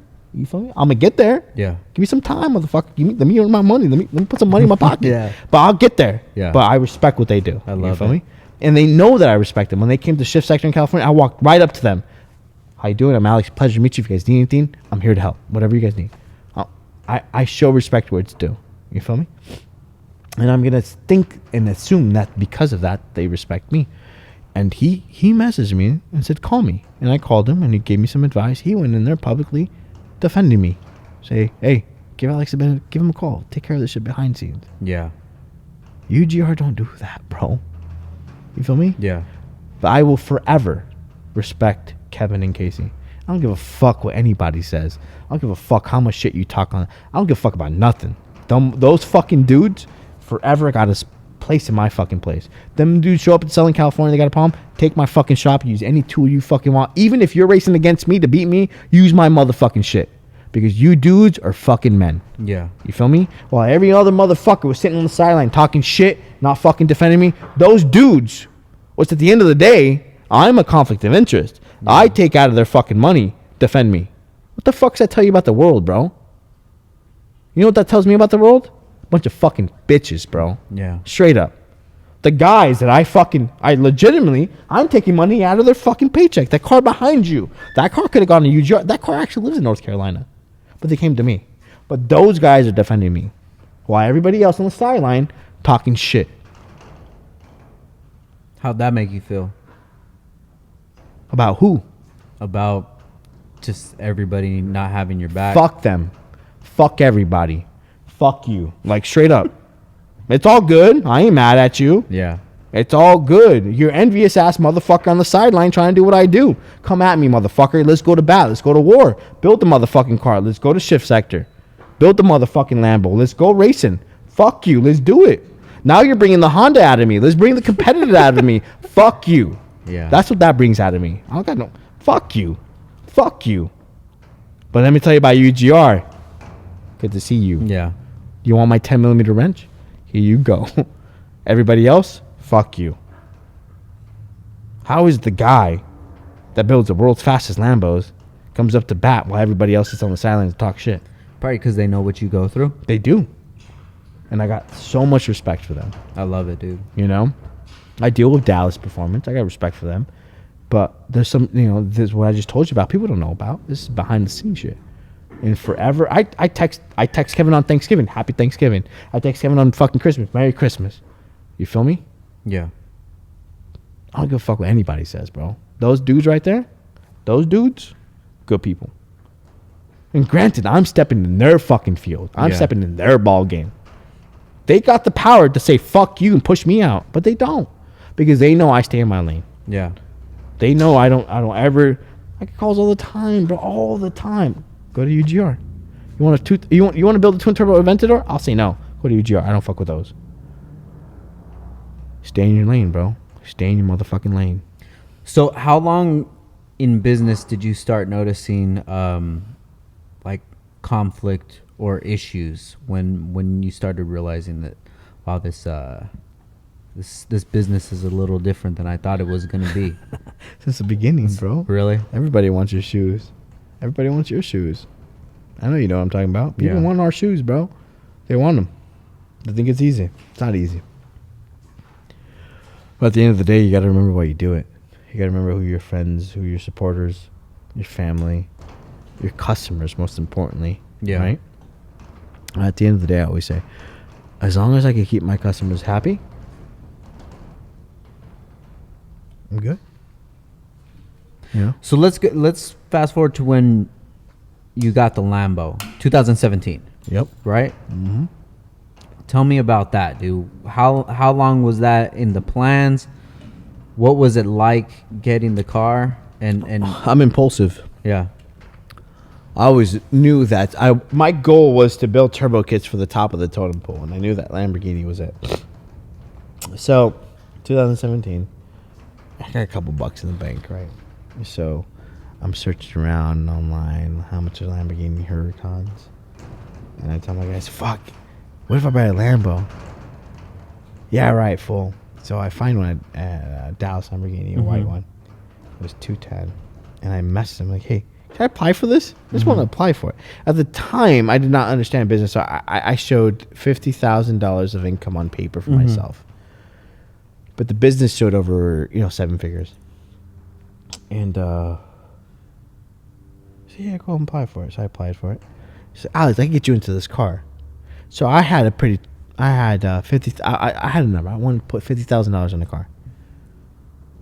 And I told him, I was like, we'll see what we can do. I think I can make it happen. All right. Comes back, yo, Alex, you do 75. I says, I think I do 75. I can do it. Alex, the bank kicked back. They want 90. Fuck. I think you do 90. I ended up at 130. wow, I had 140 in my account. no fucking way. You're a business owner. Yeah, Right?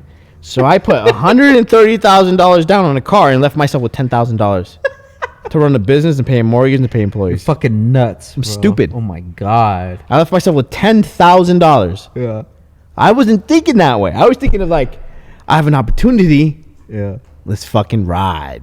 If I was single, I would probably just do that right now. Right, right. I had one kid though. I had Oh, only one. shit. Yeah. So I was very reckless. Yeah. Now with 3 kids, you're fucking stupid. If I don't got 300 grand in the bank, I ain't fucking doing shit. Yeah. You feel me? Yeah. But I'm just like, let's ride. 10 G's, fuck, I'll make it right back. I fucking depleted my entire savings account. Yeah. I bought this car. 1 week later, it shows up. Yeah. I'm just like, this is surreal. Right? I fucking drive in all NA for a while. 3 months, 4 months, finally turn it apart, build a turbo kit. 3 years later, here I am. What did that mean to you when you bought that car? I don't know. It didn't mean really. It was hype. It Yeah. was fun. It was surreal. But I left myself depleted for my view of business. Yeah. I wanted to supply turbo kits for a V10 and at the top of the totem pole car. And I, as a businessman, as you know, you and I both at this point would never do that. Yeah. I would never leave myself with 10% of my savings to go do a move. That's stupid. Yeah. Maybe 50, 60%. But 10%? Like, come on, bro. And I did 10%. God. And it was the best and most riskful move I've ever done in my life, right? Wow. I bet. Yeah. I've built 50 of these cars. Yeah. Wow. So when the business changed, when that turbo kit was done, I remember that was happening, and I just watching. I'm like, Sheepey is fucking out of his mind. What is he doing? Like, how did he go from this Hondas to doing these twin turbo Lambos? Like, this is crazy. I knew what your plan was all along when you got that car. I already knew that that's what you were going to develop. So when you went over into that lane, how did business change? It didn't. It was a slow change. To this day, Sport Compact still funds us a lot. I think in the past year, it's really changed dramatically. It all comes down to marketing perspective, marketing approach. I mean, I've probably done 50 of these things. But now it definitely is the bigger end of the income of the business. But it's all about perspective of marketing. I mean, I have a very strong marketing team. Yeah. Of how we post things and how we do things. But What made you realize the value of marketing and social media and having a photographer here that's posting pictures all the time and taking pictures? All right, so what made me realize that marketing and online perspective was so important was the internet moves fast. Yeah. Right? So, for example, you got the Kardashians, right? They do some shit. Hype. Yeah. 3 days later is dead. The objective is to stay relevant, right? So I realized that if you can stay relevant and always be in the talks, regardless of whatever it is, it doesn't have to be big. The motive is to stay in people's talk. Yeah. Now, I know some people say like, bad publicity is good publicity. Fuck that. Like, Yeah. I hate that shit. Unfortunately, it's true. Yeah. But stay relevant, right? So I figured out that having somebody full-time to capture, people want to know you. People want to know me. People want to know that Alex only wears Vans. Alex eats Tapatio. Mm-hmm. Alex loves Top Ramen, Yeah. right? Alex loves Captain and Coke. People feel a part of you when they know those things. You feel me? Yeah. Now, and I think you can understand that. Yeah. Hell yeah. So being relevant and having people feel a part of you is a very important thing for many aspects. Whether it's the guy that is halfway through his career, about to land a 6-figure job, buys a Lambo, sends it to you to twin turbo, versus the kid that gets $50 from his mom that happens to be able to buy a hoodie from you. Right? Yeah. Staying relevant, staying relevant is very important. The internet is a very fast place. What was talked about yesterday is not talked about today. So in my views of marketing is being spoken about every day. That's going to cost you though. Mm-hmm. It's going to cost you to be spoken of. It's going to cost me. It's going to cost you. What that means is it's going to cost an employee to capture these things. I don't know if you follow my Instagram, my stories. I have a gentleman by the name of Jonathan that's my photographer. I don't even notice he's around. I'm working. He's taking pictures. Great pictures, dude. I love those candid ones. And I don't even notice he's there. I'm just working. And he goes and edits and uploads. And people feel a part of it. Yo, yesterday you were working on this car. Yesterday you're doing this. Yesterday you're doing that. You're relevant. You're relevant to the industry. So marketing these days is number one. Talent is great. Hard work is greater. Mm-hmm. Hard work always beats talent. But when you got both, ain't nobody fucking with you. Yeah. You feel me? I'm not saying my guys are the best talented dudes. They're very, very, very talented individuals. There's better out there. But when you got talent and you got hard work, you ain't fucking with them. And you ain't fucking with us. Mm-hmm. I hate to sound, I don't mean to be cocky, but I know I got a strong team behind me. My team there's 9 of us, 10 of us, and we're going into March. I built 12 fucking twin turbo cars. Like, we kill it. And we still have a production line of Hondas and Evos. And let's get on to that. Like, I don't want people to think that we don't care about Hondas and Evos no more. That is my heart. Just because we don't post about it doesn't mean we don't sell it. If it's on my website, I sell it. If you want to go buy a universal intercooler, a forward-facing Honda intercooler, a forward-facing Evo kit, we sell it. If it's on my website, we sell it. Now, granted, our delays are 4 to 6 weeks. I'm sorry. There's a reason behind that. It's all man-made items here in the United States, here in my little shop here in Marietta, California. So, we don't have 50 of us. There's a handful of us that there's many steps. So when you want to buy our product, know that it's coming out of the shop, and if it takes 4 weeks, it takes 4 weeks for a reason. I love my Honda and my Evo. Yeah. I pick up the phone every day and technical questions and like, yo, I'm fucking tripping. I'm talking to you. I'm like, why? That's what I do. I sell product to you. Like, this is what I'm here for. Yeah. But yeah. So when you find new employees, what are some things that you look for? I don't find new employees. No? Nope. They fall in. How does that happen? How do people get added to the team? Very rarely, bro. It's a very rare thing. I'm very meticulous about how I hire people. The thing with my line of industry is like, I have a name. We have a style of doing things. You can come in here and learn what we do in 3 months, leave and do it on your own.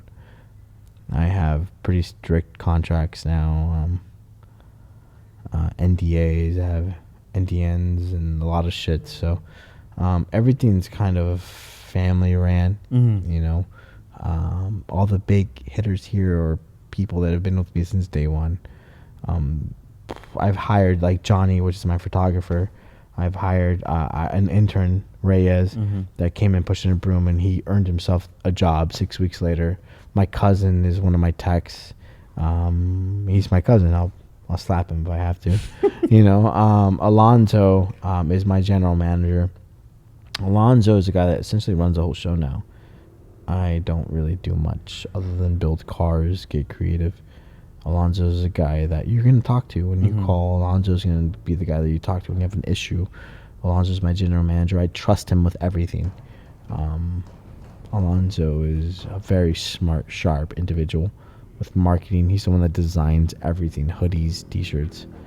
Like I say, he's general manager. He's my business partner now in my new business, which we opened a barbershop. Lux. The Lux. The Lux. I love it, man. So you say April? That's going to be coming out? Yeah. So my boy Nick, which is happening, the owner of Vane Stands. Yeah, is actually shout out to Nick. Yeah, and he's the contractor that's building that out. Nick is, for everybody that don't know, Nick is one of my best friends. Nick and I are very tight. He's plays a big role in a lot of what I do, you know. You're the second person that speaks very highly of him.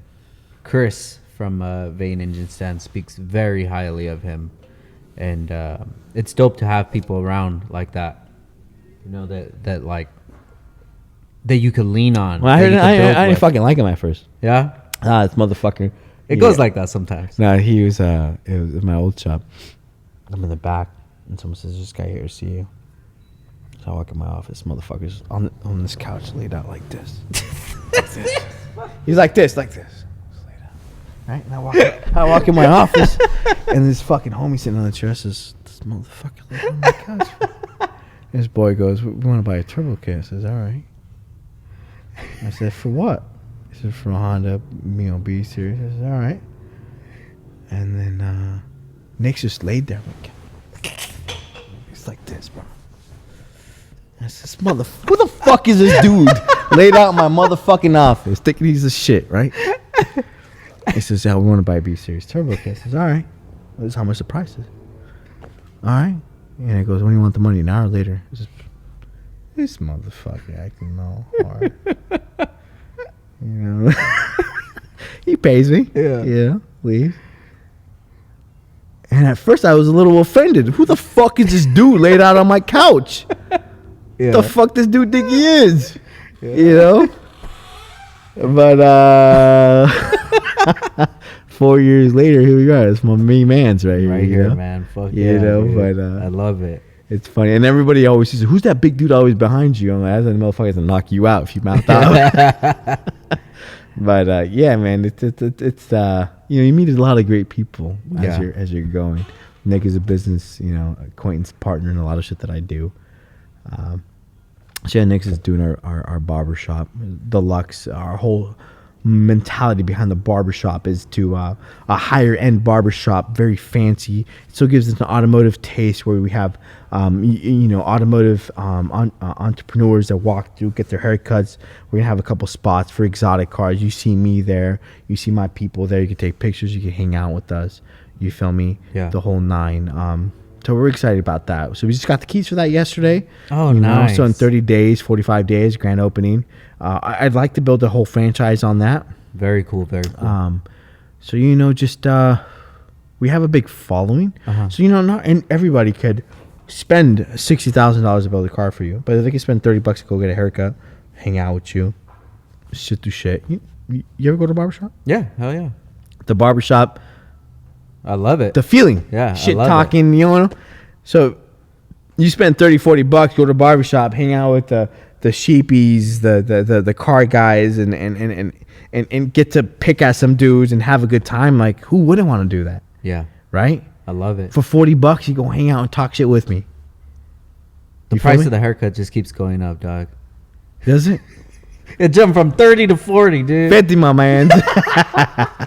But for that kind of money, you hang out, we shit talk, we bullshit, we act like men, we normal it. Yeah. You ask me anything you want. You feel me? So the barbershop, I feel the barbershop style of comfort is something that I feel that every man should be able to comfort. I've been going to the same haircut guy for 15 years in Paris. And I go to the hood, bro. I go to the hood to get a haircut. Yeah. And I walk in. Everybody knows me. You know, I have some luxuries. Yeah, I park. I don't wait. I walk right in and I sit down. But everybody knows, yo, what's up, Sheepey? How you doing? What's up, my man? I buy everybody lunch. We shit talk. They talk shit on me. I talk shit on them. Yeah. But it's the barbershop. You feel me? Yeah, hell yeah. So I'm going to bring that environment, that lifestyle, the car lifestyle, everything to my place. There you go, man. You feel me? I love it. So, yeah, we're doing that right now. In 45 days, we'll have that up and popping. Now, how far is that from here? 1 mile. Really? Right up the street. Oh, dude, that's rad, Yeah. bro. So, you know, we'll be going up and down, you know, up and down the street. Same marketing style, the same pictures, the same everything, you know. So are you looking for barbers now? we have everything covered. So 3 to 4 of my barbers that I've known for 15 years from the hood are going to come up. Cool. You know, cool, I'm bringing some people from my hood, some locals and stuff like that. So the whole strategy is that I don't need barbers with a big following. And I say this very humbly. With our following and our marketing strategies, I can make any barber good. Yeah. You feel me? I'm going to make that place packed because everybody wants to know when the Sheepey staff's rolling through. You feel me? That place, I'll have it packed 24/7, right? Because it all comes down to marketing, as you know, right? With all due respect, you sell bolts, right? How much of that is equivalent to marketing? I mean, a lot of it has to do with it. Right. You know? So, more of the subject is that marketing is going to make that barbershop pop. Yeah. So, I'm going to make whoever's fucking cutting hair, I'm going to make you famous. Feel me? Yeah. So, and that's what it all comes down to. So, Very dope, man. So what's the Instagram for the barbershop? it's called The Lux. With LUXX, correct? Mm-hmm. The Lux THELUXX. Follow it. Barbershop. Check it out, guys. Check it out. If you come married to Temecula area, come get a fade. You feel me? You might catch me there, one of my peeps, whatever. You know, we're going to have the whole night. It's going to be a dope environment, bro. We're going to serve wine for like 21 and over, you know, individuals. It's going to be dope. Just dope. Hang out, talk shit. You know, you come in there, you catch me there. Just be human. You just talk shit. I'm going to talk shit with you. You know, it's just as normal as, you know, the moral of the story is that we get too caught up with making money. Let's live a little. You Yeah. feel me? Let's hang out. Let's get some haircuts. Let's shit talk. Shit talk on me. I don't give a fuck. Do you feel like people look at you in a certain way that you feel like you're not humanized anymore? Yes, all the time. I hate it. It bothers me. It really does bother me because I always tell people I bleed red. Yeah. I was at Irwindale the other night. We roll up. You know, my general manager drives a brand new AMG Benz, you know, and we roll up. I get out, plug into the Huracan. A couple of dudes like, yo, Sheepey, well, I'm surprised to see you here. I'm like, why? Yeah. Why? I'm a normal ass dude like you, homie. And it's a pros and cons. I don't knock it. I value that I'm seen to that extent, but fuck, man. I'm human. Yeah. You feel me? Yeah. The same stresses you have, I feel the same thing. When you feel sad, I feel sad. The days that you don't have motivation to get up to go do something, so do I. You know? Yeah. And it bothers me that sometimes people think too high of me. Mm-hmm. I don't want you to think like that of me. I want you to understand that I am just like you. I have the same struggles as you. I hurt like you. I feel like you. I get down like you. You feel me? And that's what bothers me. And when I get out of my cars, I go to the gyms. And a couple of weeks ago, I went to the gym, and I was in one of the cars, a Lambo or something.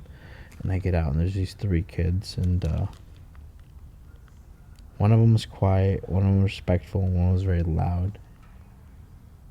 And I said, yo, the young one, and excuse my language, kids, was like, yo, getting them off, a dope car, getting them this and this and that. And I'm just looking at him, I'm like, this fucking kid's like 15 talking that way, like. And then one of them was like, oh, how you doing? Nice to meet you. And the other was like, oh, I follow you. You do good work. I said, thanks, man. I said, cool. He was like, get in, I gotta take a picture with your car, yada yada. I said, yo, kid, by all means, go ahead. You know, and so he's talking very stupid. Yeah. And then Okay, now what are you doing in this hood? Okay, now why is someone like you in this car? I said, yo, I'm from this area, bro. Like, what do you mean? I'm from Paris. This is right. This is my home. Word is talking stupid. And then his friend's like, yo, listen to him. He's saying he lives around here. And then he's like, can I take a picture with your car? I like, go ahead, kid. Yeah. So I get out of the driver's seat, and I see him take a hit of vape. Yeah. From his homie. I said, what is that? He's like, oh, it's family. You think that's cool? I told him, think that's cool? Oh, you know, I said, that ain't cool. Yeah. I said, you understand how much damage that causes to you? I said, I ain't your parent. I ain't nobody. Everything you do, I've done. I've smoked weed. I've stuck out. I've done everything you've done. I'm going to tell you something right now. You ain't going to do shit continuing down that road, kid. And he starts talking to his buddies like, yo, listen to him. He's giving you advice. I said, I know you hear it from your parent. You think you're cool? That shit ain't cool, bro. That vaping, all that shit ain't cool, kid. Ain't nothing cool about that. So you don't have to listen to me. I'm nobody to you. But if you want the shit that I have, you want to do what I have, doing that shit ain't going to get you there. Yeah. And he fucking stood quiet. So take it for whatever the fuck you want, kid. But acting the way you act, doing the things you do, are not going to end you where I'm at. And he stood quiet. And his friend said, thank you. And I walked away. I walked in the gym. But you should have seen this kid. He's ruffled up, talking. He's bad. Like, you ain't going to do nothing.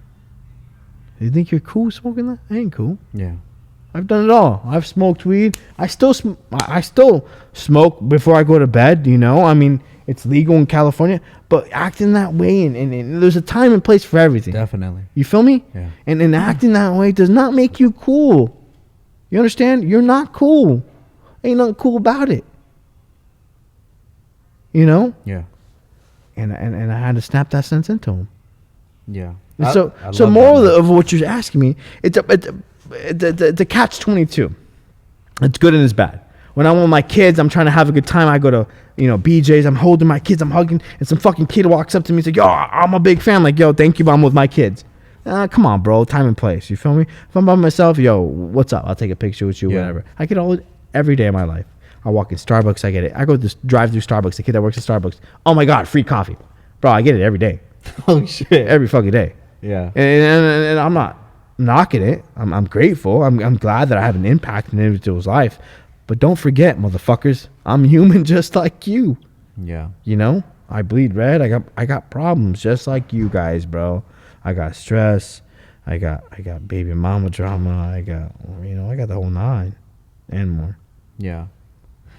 I remember at the end of close to the end of last year, you were going through a lot of human moments and emotions and dealing with things in the public with the change of staff and things like that. And I remember seeing you at SEMA, and I was like, yo, what up, Alex? And then you seen that it was me. Oh, what's up, Frank? And like, I could see it in your eyes, bro. I could see it that you were going through some shit, because like I've had that same look in my eyes before, and I never really had many people, you're probably talking less than 5, to just stop me and be like, yo, bro, how are you doing? You all right? Like, how do you feel right now? And we had that talk, fuck the cars, fuck the Lambos, turbo kits and shit like that. Like, when I seen you there, and I was like, damn, I hope you're doing good, dude. I remember texting you and stuff, because like, over all of this, you're still human,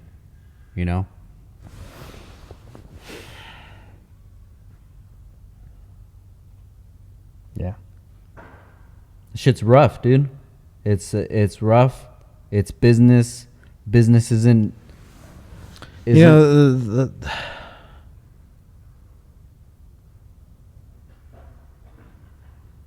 people do not understand what people like me go through, man. It's hard.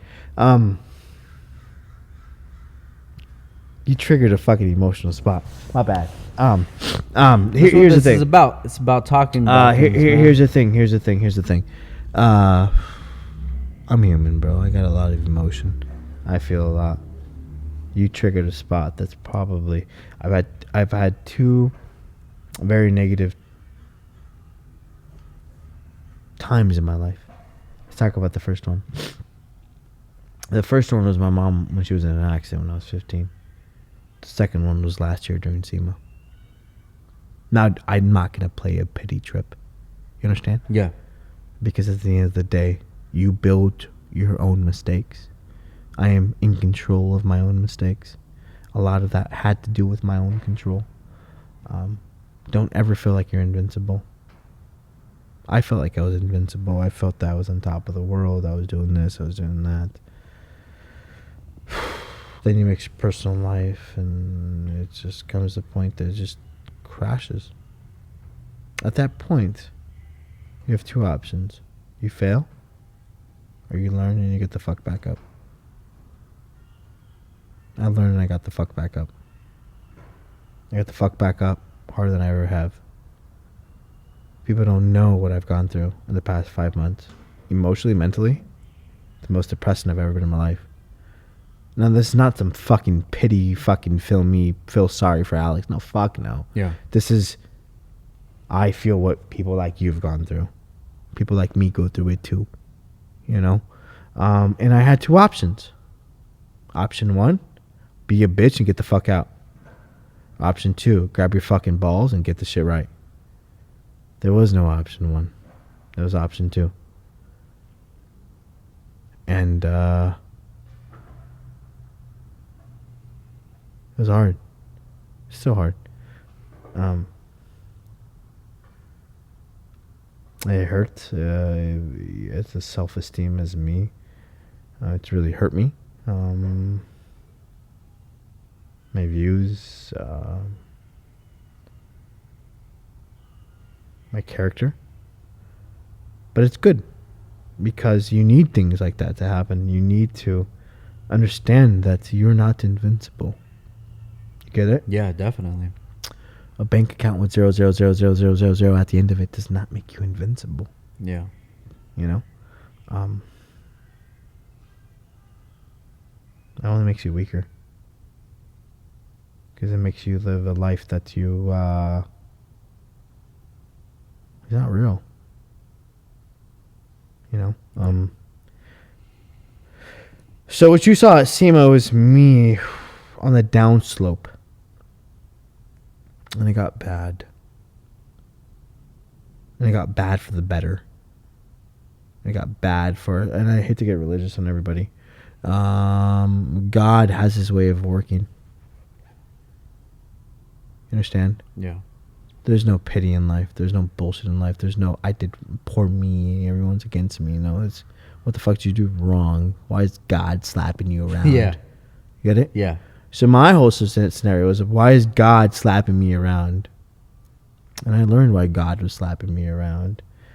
And now, in business, I'm better than I've ever been.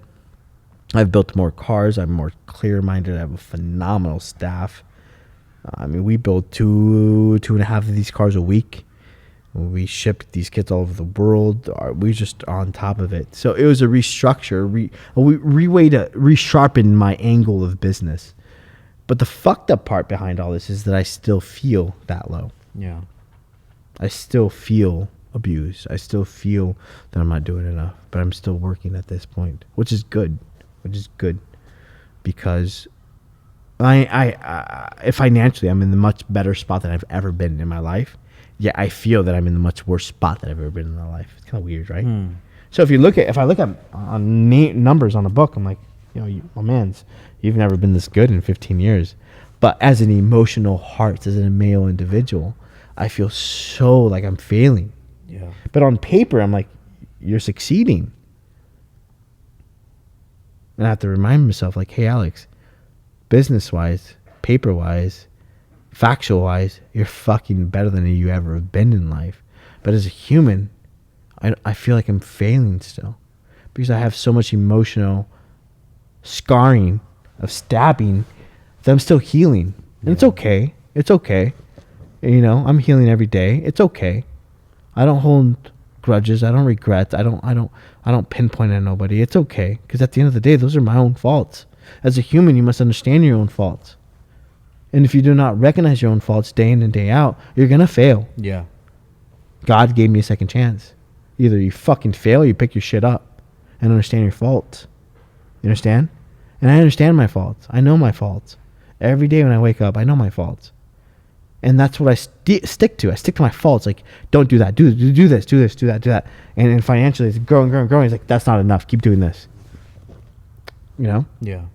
Financially, the business and me, I have zero worries. I could shut down shop for fucking 5 years. I'm okay. Yeah. But as an emotional male, I feel like I have nothing. I feel like I was 15 again. My mom was in an accident and I had a trash bag full of clothes. That's how I feel right now. And it's okay to feel that way. Because that's what makes you stronger. It makes you better. It makes you fucking sharpen every angle of your business. It makes you sharpen your team. It makes you sharpen your friends. It makes you sharpen who you are as a dad, as an individual. And I'd rather fucking have that than me feel like an arrogant fucking piece of shit. Yeah. Because being arrogant, feeling like you're on top of the world does not make you a better person. It makes you think less of people. It makes people think less of you. When in reality, that's not what we're trying to put out.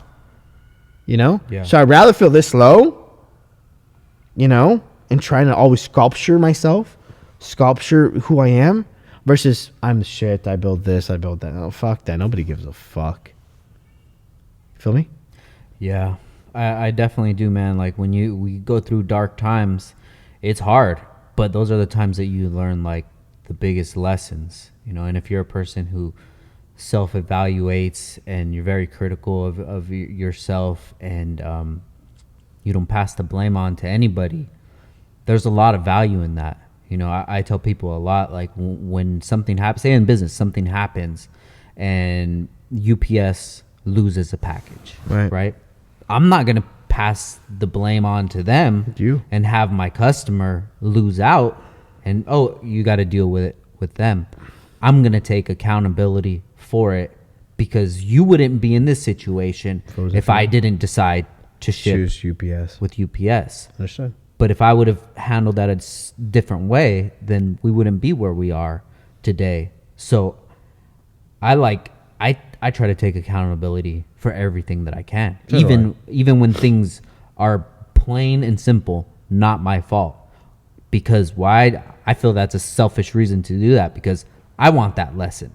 I don't want you to learn that lesson. You want it. I want that lesson because every single lesson that I learn in life, it has only bettered me. Nothing has ever taken me out and I had to quit after that. Every single lesson that I've learned, even the reason why we're doing the podcast is because of lessons that I learned. Life is a lesson, bro. Life is a lesson, you know. I don't know. It really bothers me sometimes. Like, oh, you build Lambos, must be nice. It's like, bro, you don't even know what I got to deal with every day. Like, I did choose this. I did choose all of this. Yeah. I live it. But it did not come easy. It came with hard work. It came with daily struggles that I still deal with every day. Don't think because you see my marketing team fucking posting pictures of us working on cars and happy doesn't mean we don't struggle. We all struggle. Just like you struggle, we struggle. I struggle every day. That's me being honest. This is no fucking pity trip. It's me being human. Yeah. I'm not human often. I'm a fucking very closed bubble. Yeah. Nick, yo, what are you doing? Let's go out and have a drink. Oh, I'm busy. I'll hit you up next week. But it's like him and I go out. He understands me. I understand him. Like, we're not able to be human. I mean, he just told me today, like, how people tell him, like, oh, you think you're on a whole nother level because you hang out with Sheepey. And he's like, Sheepey's the normalized dude like you. That motherfucker works harder than you. Like, he's a normal dude. I am. I'll give the shirt off my back to you. If you come with me to lunch, if you come with me to dinner, I'm gonna pay your tab because I don't want you to feel uncomfortable. If I'm gonna have a drink, I'm gonna buy you a drink. You feel me? If I'm gonna go to a boxing fight and I'm gonna pay for your ring. That's the kind of guy I am. Yeah. I don't like people feeling uncomfortable. So how the fuck you gonna judge me when you don't even fucking know me? Yeah. You feel me? It's just like that's why I don't have very many good friendship relationships with people, like Nick's being one of them, right? People don't get us. No, when you were going through these times, did you have a lot of people to reach out to check on you, like your mental state of things? I got a handful of people. You know, once again, I don't mean to get too religious. I'm not too much of a religious person. I was raised, Mexican descent or Catholics. My mom went Jehovah's Witness. I was baptized Mormon, and then I went Christian. But there is a God, and I strongly believe that. I'm a sinner. I'm a hypocrite, but there's definitely a God during these times. Believe it or not, my customers, man. I bet. What would get me sane? Yeah. 2 of them. A guy named Yusuf from Texas shipped this fucking Huracan to me. Never met him. Never nothing. And during all that time, he called me. He says, Alex, I believe in you, bro. I got you, bro. Whatever you need. He'd call me and check on me every day. And then Moshi, local guy, he was probably my number one. If it wasn't for him,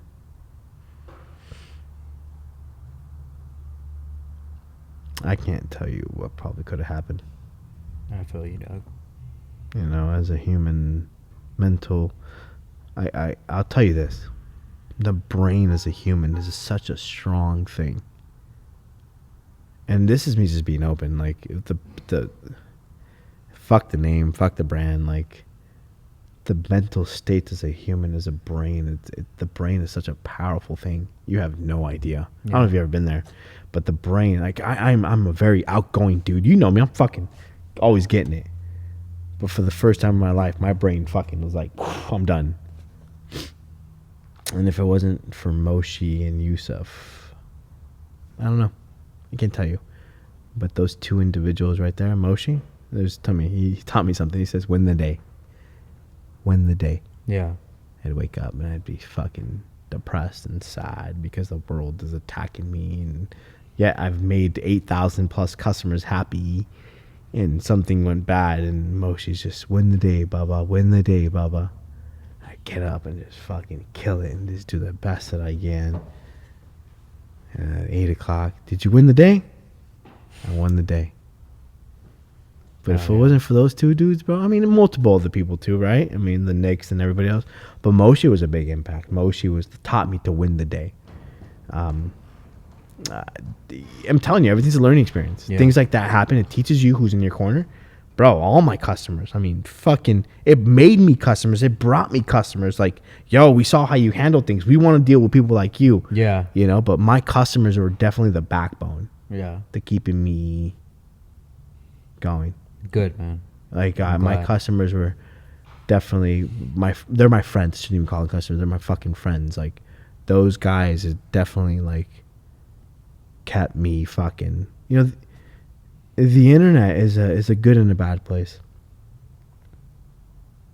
It's good because you can market yourself, but it's bad because, as you know, in our industry, you hear one bad thing and it gets carried away to different things and people don't even know what they're talking, right?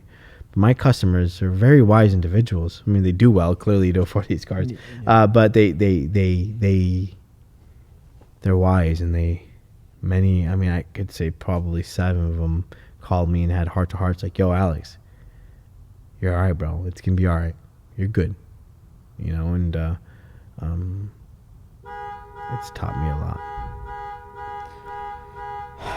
I love it, man. It's whatever the situation was, whatever happened, anything, everybody's on their own path in life. Whether people thought that they were doing the right thing or it was best for them, whether you feel like you could have done different things or what have you, we're all on our own path in life.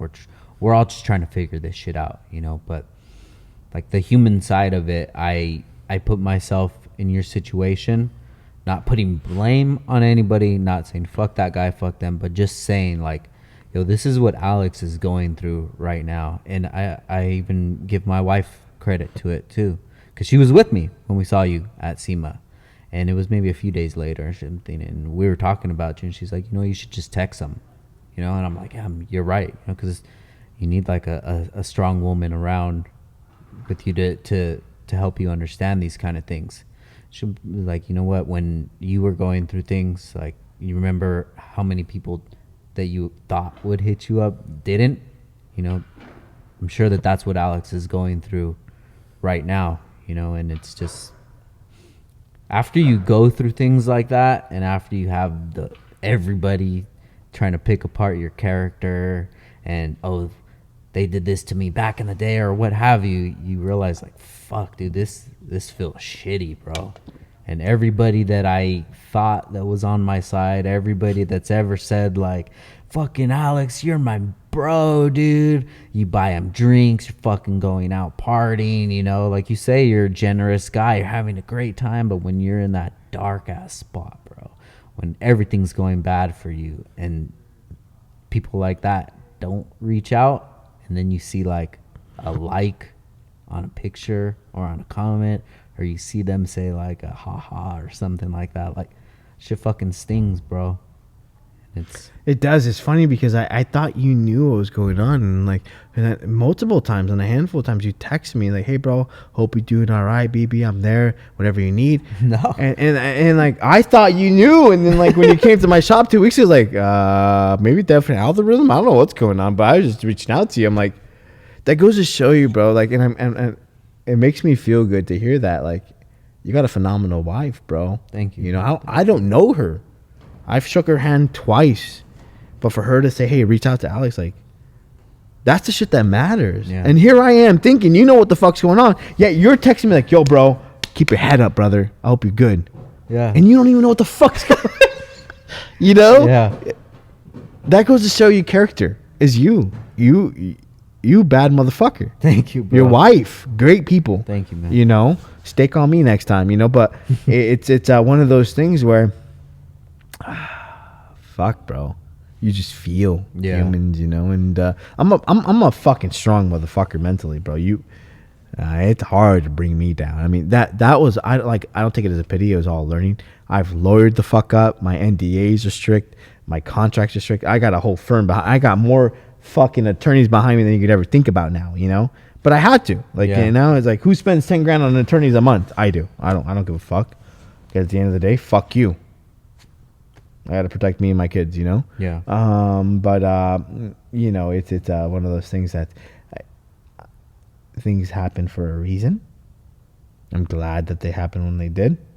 And it's all good, baby. Hell yeah, dude. You know, maybe you being in a different mind state made you take that conversation from your son in a different light and make it think like, you know, I have to be in a more human moment right now, rather than say like, you're not cutting your hair because no. Pops, you know, it's just baby boys is always gonna cut his hair. No, it's just you know, my baby boys don't. You know, to me, I'm just daddy. You know, they don't give a fuck about. They come in here. My oldest is like, "Daddy, why do you make cars faster? It's dangerous." Yeah, it's like, dude, it pays your fucking bills, kid. You know, they don't like it. They don't like loud. They come in here like earlier. They cover their ears and start crying. The moment they hear cars, they start crying. They go inside the office. Like, they hate loud cars. They hate anything fast.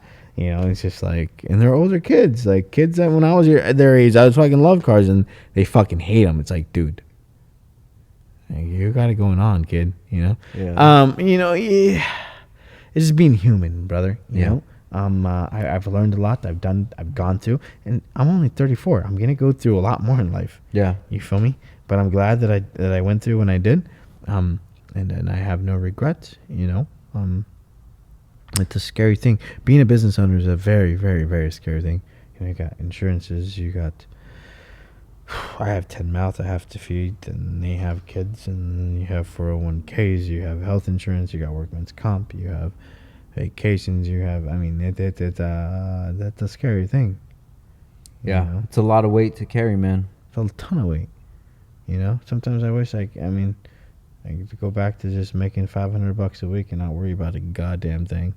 Yeah, sometimes I wish I could just be out skating with Christian. You feel me? And Ash will be our mom, and I'll be like, "Hey, can you go drop us off?" You know, for but like 10 hours. It don't work that way. I wake up, I got kids on me that rely on me. That's just like, fuck. Yeah. It's a fucking heavy weight, bro. So let's switch the subject to something a little more Talk to me. happier, dude. This is all happy. This is all good shit. Yeah. This is all reality. It is. This is Sometimes reality is not that happy, though. But hiding it's not good either. No, it's not. And that's why I'm really, really glad that you're being open with this conversation. I have nothing to hide, bro. It's you got to be open about this shit. Definitely, man. Most motherfuckers think that people in my perspective live this perfect fucking lifestyle happy. Fuck that. I'm shooting it right. I'm probably one of the only few dudes that'll tell you how it is. You know? Yeah. I have nothing to hide. And don't feel bad for me. There's no pity. I chose my road. Yeah. You know, just know that, use me as an example that when you feel what I feel, it's normal. Yeah. You feel me? Yeah, hell yeah. I hope you use me as a motivation. When you want to start your own business, you want to do something like, that dude felt that way. That dude's gone through that. And people like, get the fuck up and do it. Feel me? Yeah. But anyway, switch your subject. So, you named your son Cobain. Cobain. You have a legit ass tat of Kurt Cobain on your arm. That's sick, dude. Yeah. What does that mean to you? What does Kurt Cobain mean to you? So remember how I told you guys how my mom was accidents when I was 16? And I lived alone. If I don't know if you guys listen to Nirvana, Under a Bridge and songs like that. He was homeless at a young age. So I related a lot to his music when I was young. And that's why I'm so influenced by his music, his lifestyle. Yeah. I actually almost bought the house that he was raised in. No shit. Where was that at? Aberdeen, Washington. What the hell? Check this out though. They wanted $300,000 for his house, and the house next door was $50,000. I was like, "Fuck you! I'm not paying $300,000 for that shit." You should have bought the 50,000 when they. I almost did. Kurt Cobain's neighbor, right? But they wanted 300 G's for that shit. Like, fuck you! I'm not paying 300 G's for that shit. You know. But yeah, that's the relationship. Kurt's music, big relation. So I have this thing with music. I'm a big music fan. My middle one's name is Kennedy after that dude. There you go. His middle name is Bradley after the lead singer of Sublime. I'm a big Sublime fan. Bradley Knowles. Yeah. Rest in peace. Yep. And then my third child's name is Hendrix. Wow. Yeah. Damn, so music is a big part of your life. Huge. So tell me about it, bro. What are you listening to? Depends on the day. Yeah. I'm a big music fan, though. Like, I should have been a musician type shit. Really? That's how big of a music fan I am. Huge musician. I mean, I have fucking musicians all over me, right? But, So besides them, give me some other names, what you're listening to. I mean, right now, I'm big on, like, Spanish music, you know, so I listen to a lot of Spanish music. I'm very proud Mexican. So, I mean, yeah, I listen to everything. So. Nice. Do you ever go to concerts? No, I hire them to come to me. I mean a concert. I'm being serious. I hire them to come to me. Like who?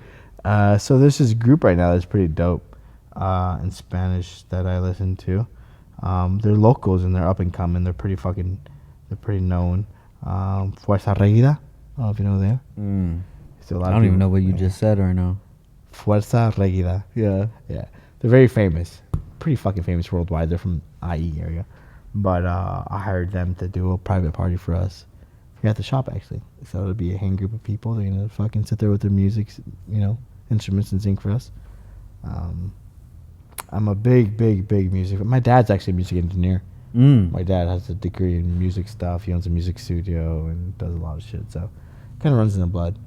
So that's dope, man. Yeah. So when you're whipping the twin turbo Huracan, I'm always what are you listening to? Spanish music. Really? All the time. You know, every time you post something on your story, you are listening to Spanish. So it's always like something like this. like some shit like this. Like this the shit. Trumpet shit. This is what I listen to every day. You know what this reminds me of is the swap meets, dude. For real? Yeah. I don't want to get claimed, dog, because if you play it on here, it'll take it off. I know. So I just paused it. So anyways, that's the kind of shit I listen to. Yeah, so like at the swap meets back in Oxnard, they would have it at the college. In the parking lot, they would have the swap meets, and that's blaring everywhere. And, you know, I'm not fluent in Spanish, and I know like 17 words in Spanish. No, you don't speak Spanish? I know enough. You're a bootleg-ass paisano. I am. Oh, bad. I'm over here talking Spanish to you like you knew and shit. I'm a rep, dude. Oh, I'm a replica. You know I speak Spanish, right? Yeah, I know. So, and I'm big, proud fucking Mexican, bro. I'm always wearing like some Mexican sort of me, you know. Here's the thing, bro. My parents came here to better my life. Yeah. You feel me? Yeah. To better the life. And I'm very proud of that. Now, granted, I'm a proud American. I'm proud to live in America. Just had lunch, Nick and I. We're talking to this lady, and she overheard how much I pay on certain things. You pay this much? I said, yeah. That's stupid. I says, why is it stupid? I live in a great country. Mm-hmm. Ain't nothing fucking free. You feel me? Yeah, I pay X amount in taxes a year. But I live in a country that gives me the ability. When the moment we're done, I'm going to walk out of here, walk in my fucking car, and safely drive home. Not worry about a motherfucker shooting me, killing me, tanks driving down the road. Yeah. That's what you call tax dollars well spent. Now, everybody has their opinion. You feel me? My opinion is that I live in a great country. A country that... How many countries can you be legitimately homeless, right? Mm-hmm. Not have nothing, and have a business that's profitable? Yeah. From nothing to something. Name them. Oh, wait. Yeah. That's why everybody comes here. America. Now, granted, taxes are high. Things happen. You got to pay. You understand? And I'm not knocking that. My family's from Mexico. I'm American descent. I'm, Mexican child. I'm Republican. I vote for things that, and I hate to get into politics, that favor businesses in my country. I love my country. I love the ability that my country gives me. Yeah. You understand? That does not mean I'm not, proud of where I come from. You get it? There's not very many places in the world that you could do that. Yeah. And people take that shit for granted. And I don't mean to get in this fucking political battle. Nor do I give a fuck to hear about your opinion. Yeah. I'm just telling my opinion. You feel me? There's not very many countries that your parents could come here, have nothing, and you do something. You understand? Yeah. And I'm proud of that stuff. Beyond proud of being an American Mexican. So I'm always wearing some Mexican themed hats, some Mexican something, and I'm proud of it. And a lot of my following is proud. It's dope to see a Latino do something. Absolutely, you could do it too. Yeah. Hard work, dedication. And hard work and dedication and discipline in this country gets you anything. Anything. Mark my words. Yeah, no, you're definitely right, dude. Right? So, that's how I see things. So, how does your family feel about your success that you have? I don't know. I'll talk to them. Really? Yeah. Who do you keep in contact with? Anybody or? Just my sister. Really? Mm-hmm. Damn. That's kind of rough, dude. It is. Is that something that you want to fix, or just it is what it is? I don't give a fuck, dude. After my brother died, I don't really care. My brother died 4th of July weekend last year, and I went back home. I was a guy that, like I told you guys, I packed up and came to California to pursue my dream. And I went back home, when I was in a coma and all that shit. And my whole family looked at me a certain way. They looked at me the same way they looked at me 15 years ago. Like I was some piece of shit dropout high school guy. I mean, for God's sakes, I think my grandma even referred to me like, "Oh, you want to be like Alex, not drop out of high school, not do something in your life." She told my cousin. It's just like, nothing to prove to them, Yeah. I don't give a fuck. Just because you're blood related doesn't make you fucking obligated to feel you. Yeah. So to answer that question, I really don't give two fucking shits. I stay in my lane. I worry about my kids. I worry about my friends that care for me. And just because I'm blood related to you doesn't mean shit to me. My blood related family thinks I'm probably the biggest pile of shit in the world. It's all good though. I mean, yeah. I'm really not. You've changed the trajectory of where your life was supposed to go and your bloodline, and now your children are going to have so much more than you had, not only financially, but, loving wise, right, but as well. What's the point of trying to prove people otherwise? Yeah. Man? You can't fix stupid, homie. Yeah, I feel Straight up, you can't fix stupid. Let me tell you something. Common sense ain't so common no more, homie. Yeah. Straight up. It ain't so common. Why try to make it common? Just let them think what they want. Do your thing. You shut the fuck up. Yeah. And move on. You feel me? So with all the success with the business, the money and all that, what do you do for fun? What brings you fun? Going drinking with Nick. Yeah? Fuck, man. Do I have fun anymore? Fuck. I go to the gym. I'm a gym head. I mean, I put on like 20 pounds. I'm a little fat right now, but I turned into a big gym head. I got real big. I got real fat, and I lost a lot of weight. Got big into the gym. I'm a family guy, dude. Just me, my kids, my boys. I got 3 sons, 3 beautiful sons that I'm very, very, very proud of. You know, I'm a proud dad. My handful of friends that when we do have time to go out, like Nick and I today, we went, had lunch, had some drinks, you know, but that's my fun. You know, my family and my close friends. Yeah. Other than that, nah, I don't got time for nothing else, you know, so. I love it, man. Yeah. It's crazy that you have to go through so much shit to just realize, like, that the things that don't cost anything are the most valuable. important. Bro, I'm telling you, the things that don't cost are probably the best things you'll ever have in your life. No, you're definitely right. Yeah, man. But I'm at a good place in life, bro. I mean, you know, Alex is an individual. Alex is the owner of Sheepey. Mentally, good place. I don't want anybody to take what I've had to say for pity. I don't want pity. I don't want nothing. I just want you guys to understand that people like myself go through things as well. Don't feel like you guys are the only ones. You know, it's called being human. Yeah. Being human, being sinners. You know, yeah. Well, this is definitely a side that I don't think a lot of people have seen, and it was really good to sit here and talk with you and hear about what you got going on, man. You know, I see you online. I'll see you, you know, once or twice a year at a show or something like that. But that's basically it, you know, and it's good to hear, like, how you're dealing with all of this that comes with it, you know? You know, it takes a good team. I have a phenomenal team. Like my general manager, Alonzo, I don't know if I spoke about him. Alonzo, I've kind of given him like the, what do they call that when you give him the torch? The torch. Yeah. Alonzo runs the whole show, right? I don't do nothing other than build the cars. I seal the deals. I talk to customers vaguely, but Alonzo runs the whole show. Alonzo is my business partner in the barbershop. Young guy, very smart, talented individual, and I trust him. I'm all about trust. But it's all about having the right people on your team. Let me tell you something, bro. Like, if you do not have the right people on your team, I don't give a fuck how good you are, how good you could sell a boat, how good you could source a boat. You ain't shit without your team. Like, and I learned that in the past year. My team is like the number one thing behind me. You know, if it wasn't for them, bro, I'm up 100% in sales. And if it wasn't for them, I would not be here. Yeah. You feel me? Marketing strategies, people that capture certain things, etc. But you know, my team is who I am. I'm very proud of my team. I'm very proud to, you know, they are Sheepey. I'm not. Everyone says Alex is Sheepey. They're Sheepey. Nick, you know, my lead fabricator. Fucking Alonzo, my GM. Johnny, my photographer. Luis, fucking shop manager. Anthony, my aluminum welder. Reyes, my prepper. You know, Kundo, my tech. And then me. It's just like, without, you take any one of those out of the equation, we ain't Sheepey. You know? Yeah.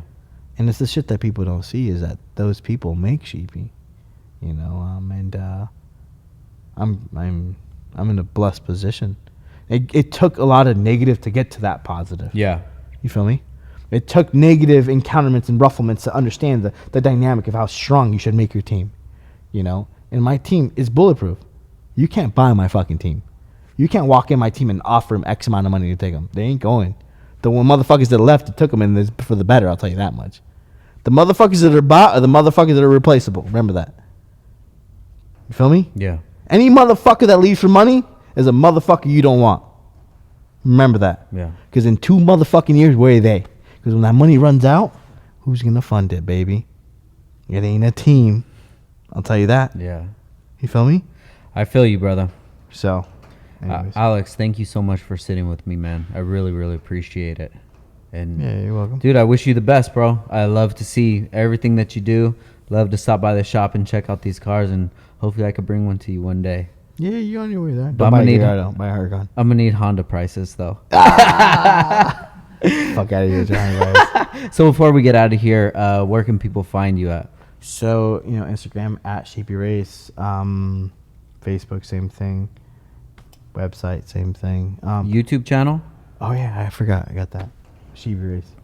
Here's the thing for everybody that's into sport compact stuff, Evos and Hondas, don't forget, if you see on our website, we sell it. Just because we don't post it as much does not mean we don't sell it. Okay, granted, things have a delay of time because everything's man-made in the small shop. You know, so we're forever thankful if you come to us to make your Honda intercooler, or your Honda, turbo manifold, or your Evo turbo kits. We value you as much as the cars behind us. It's just there's only X amount of us, and be patient with the time delays. But on top of that, give us a call. Chances are Alonso's going to answer the phone. If you call before 8 in the morning, I'm going to answer the phone because I'm always here at 7. So, there we go, dude. So, Alex, thank you once again, bro. I appreciate you.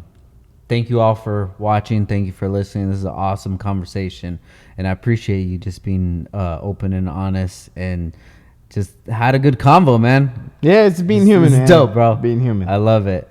So thank you all you humans out there. Once again, this is Downtime with Downstar, episode 147, and we out. Peace.